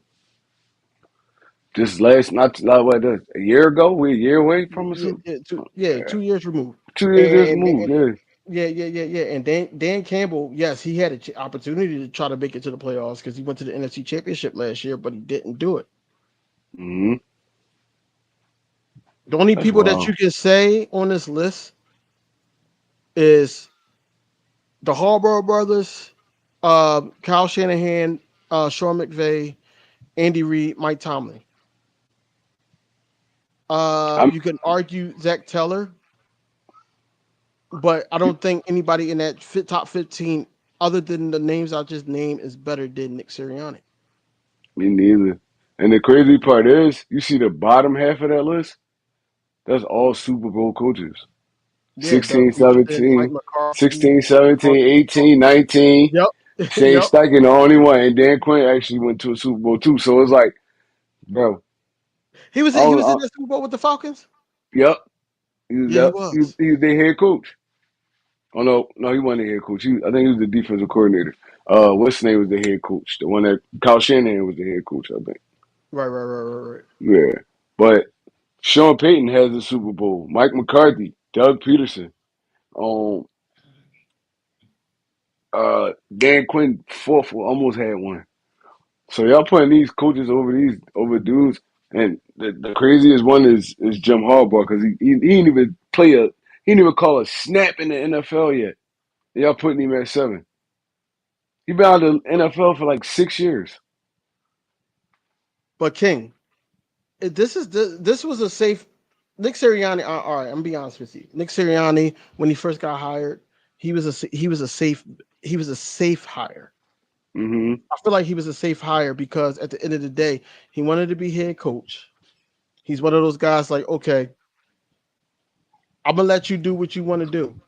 We already If you stated he mess was in the Super Bowl before, but he hasn't been in the NFL for like 7 years. right, So if Nick Sirianni mess up, like I said, or well, like what happened, not like I said, but like what happened, they basically was like, all right, well, what's your plan? Give me your plan. If we don't mess with your plan, you out of here. But if not, if we do, then we can move forward. They can we? like they liked his presentation. They liked all that, right? Um, his play calling does up. Not disagreeing with you there, but he said it on record, on the interview, and it's still you could look it up. He basically said that he was the person that stepped aside And he was the person that sat up there and said, okay, Kellen Moore is the man for the job. Break him in. That's basically what he said out his mouth to John McMullen. So that's what I'm saying, that you got to condemn him for that. You got to condemn him for that. Man, I know a lot of guys that sit up there and messed up with girlfriends that say, yo, I know I messed up, but, I'll do this, and third, and I'll change this and that and the third, and she take them back. So why, as loyal fans of an organization, we can be like, all right, we got to give him another shot? That's all I'm saying. I just don't understand. The Nick Sirianni job is on the line. Yeah, we know that.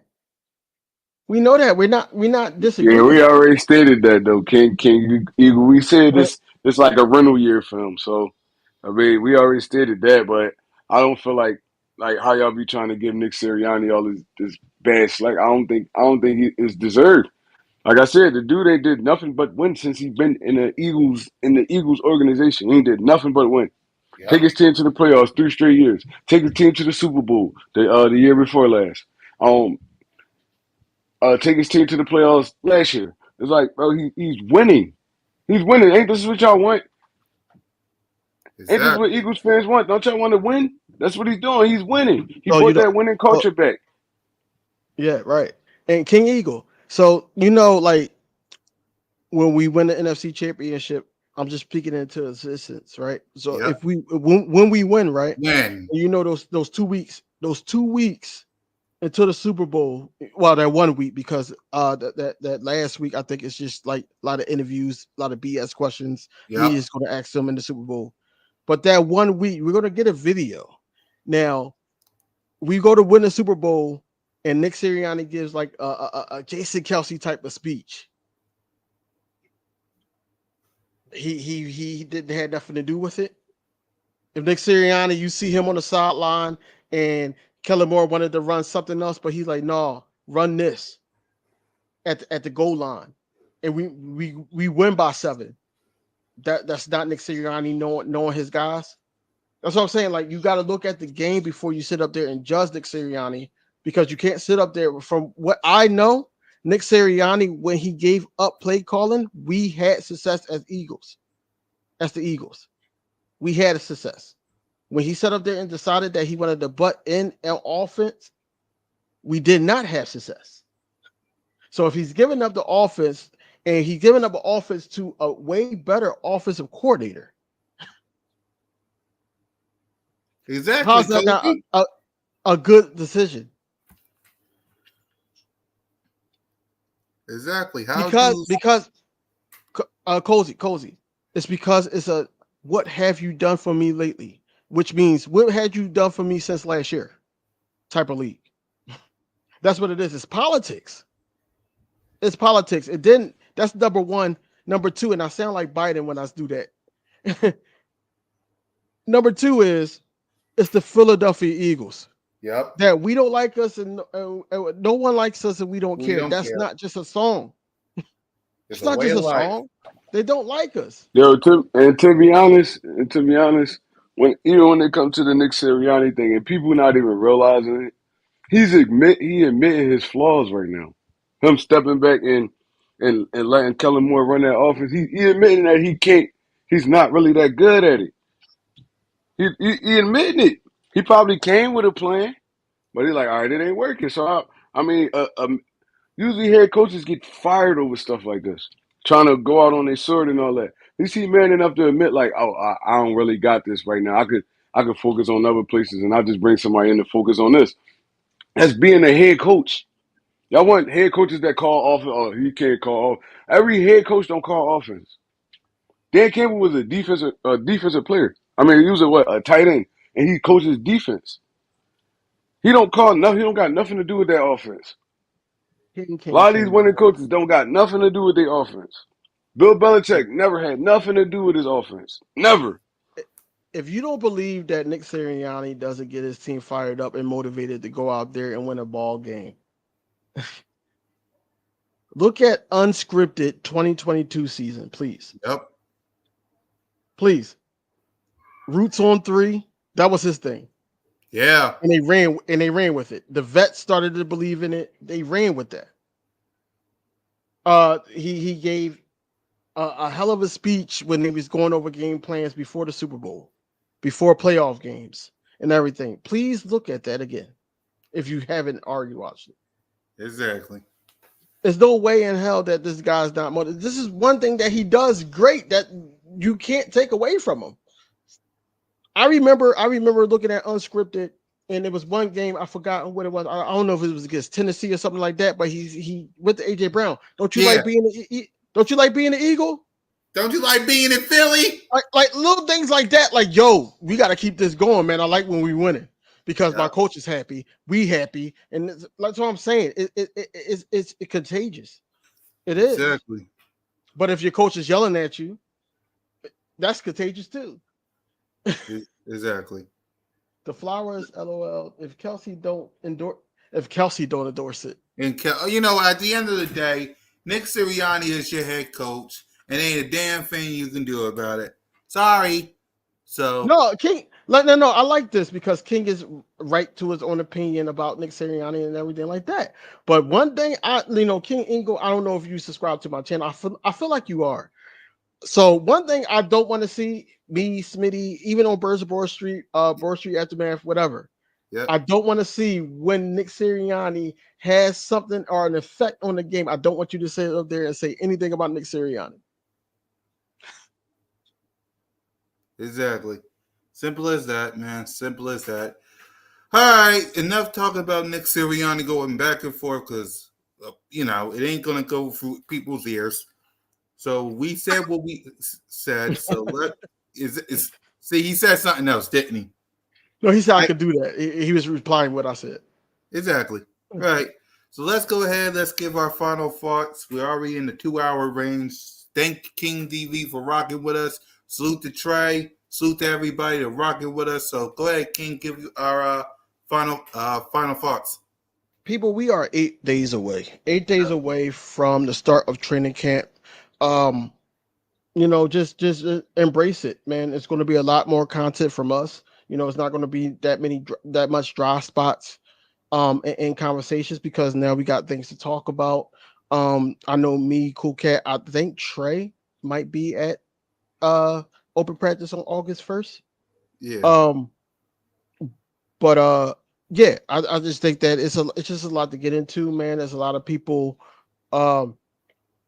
Next There's a week, lot of Julius. people. It's a lot of people that's going to be there. So just stay tuned. Next week, next Tuesday. Yep. Next Tuesday. So a week from tomorrow. Right. But yeah, it's a lot to get into. I'm still gonna be pumping out videos about certain things, positional battles, even different positions to see how we can strengthen up the position. What's different from this year and try to motivate fans, that think less of a Jordan Davis or something like that, right? Mhm. But just stay tuned for everything, man, and enjoy the ride of getting this 53-man roster together. I feel like I had last thing. Yeah. I had a lunch while I was with my wife at Penrose Diner. If anybody that lives in Philly, you know where that's at. That's around the corner from the training camp and also the stadiums. Yeah. And he was basically saying he's worked for the Eagles, and he said that they're comfortable with the wide receiver 3 position. So we could dead all the trade talks for Trey Burks and or anybody else. There's no way it's going to happen because they comfortable with whoever they got in the building at wide receiver 3. So I mean, all that, man. Look, man, you can follow me all on social media platforms, King DV Sports, all one word. But until next time, man, go Birds, man. Thanks for having me on the platform. No problem. Go ahead, Trey. Man, you already know. Like DV said, football here is back. Mm-hmm. It's back, man. It's what the open practice August 1st. I'll be attending. I know all y'all two will be attending. Yep. I mean, after that, we rocking and rolling. You get some preseason games and then season right there. Like Y'all not hype? I'm hype. I don't know. I hate this little stretch when there ain't no basketball, no football. It's like, bro, this be the worst time. This be the worst time of the season, man. I don't even know Yeah, what to do with myself. Trey, you be sitting up there like SS consistent content creators. We sit up there and be like, "Yo, did Jalen Hurts chew his gum on the left hand side?" Because we're trying to get a story instead of just being like talking Yeah, football. this You know, it's dumb. anything. Try to talk about anything. It be like, man, Yeah, basketball over, football over, ain't nothing but baseball and stuff. Like, I don't watch no baseball. Like, man, we need some football back, man. Well, it's right Mhm. around the corner, man. Like, look, right around the corner. And like I said, I don't think a lot of people feel this way, but I feel like this team gonna be special this year. I feel like this gonna be a special unit, and we're gonna do some special things this year. I'm not saying Super Bowl. I'm just saying we're gonna be special. We're gonna be special. We're gonna turn this league up this year. And yeah. that's all I really got to say about it, man. Fly Eagles fly. It's your boy One Tree Rock. I'm out of here. Yeah. And for me, y'all, we're officially 52 days away from kickoff with Eagles and Packers in Brazil. We're officially 8 days away from training camp, man. This drought is officially over. After tomorrow, we're officially 7 days. Enjoy it while you can, man. And trust me, we will be back up here on Broad Street Aftermath. The countdown will be on Cool Cat Mitch. We'll be on B.O.B.S. Lots of content coming for the three of us, man. So stay tuned, man. So for Trey, for Smitty, for King DV, Moan, and Eagles everywhere, it's your boy Cool Cat Connor. Fly Eagles fly, go birds. And just remember, you're always welcome to Broad Street. Lights out.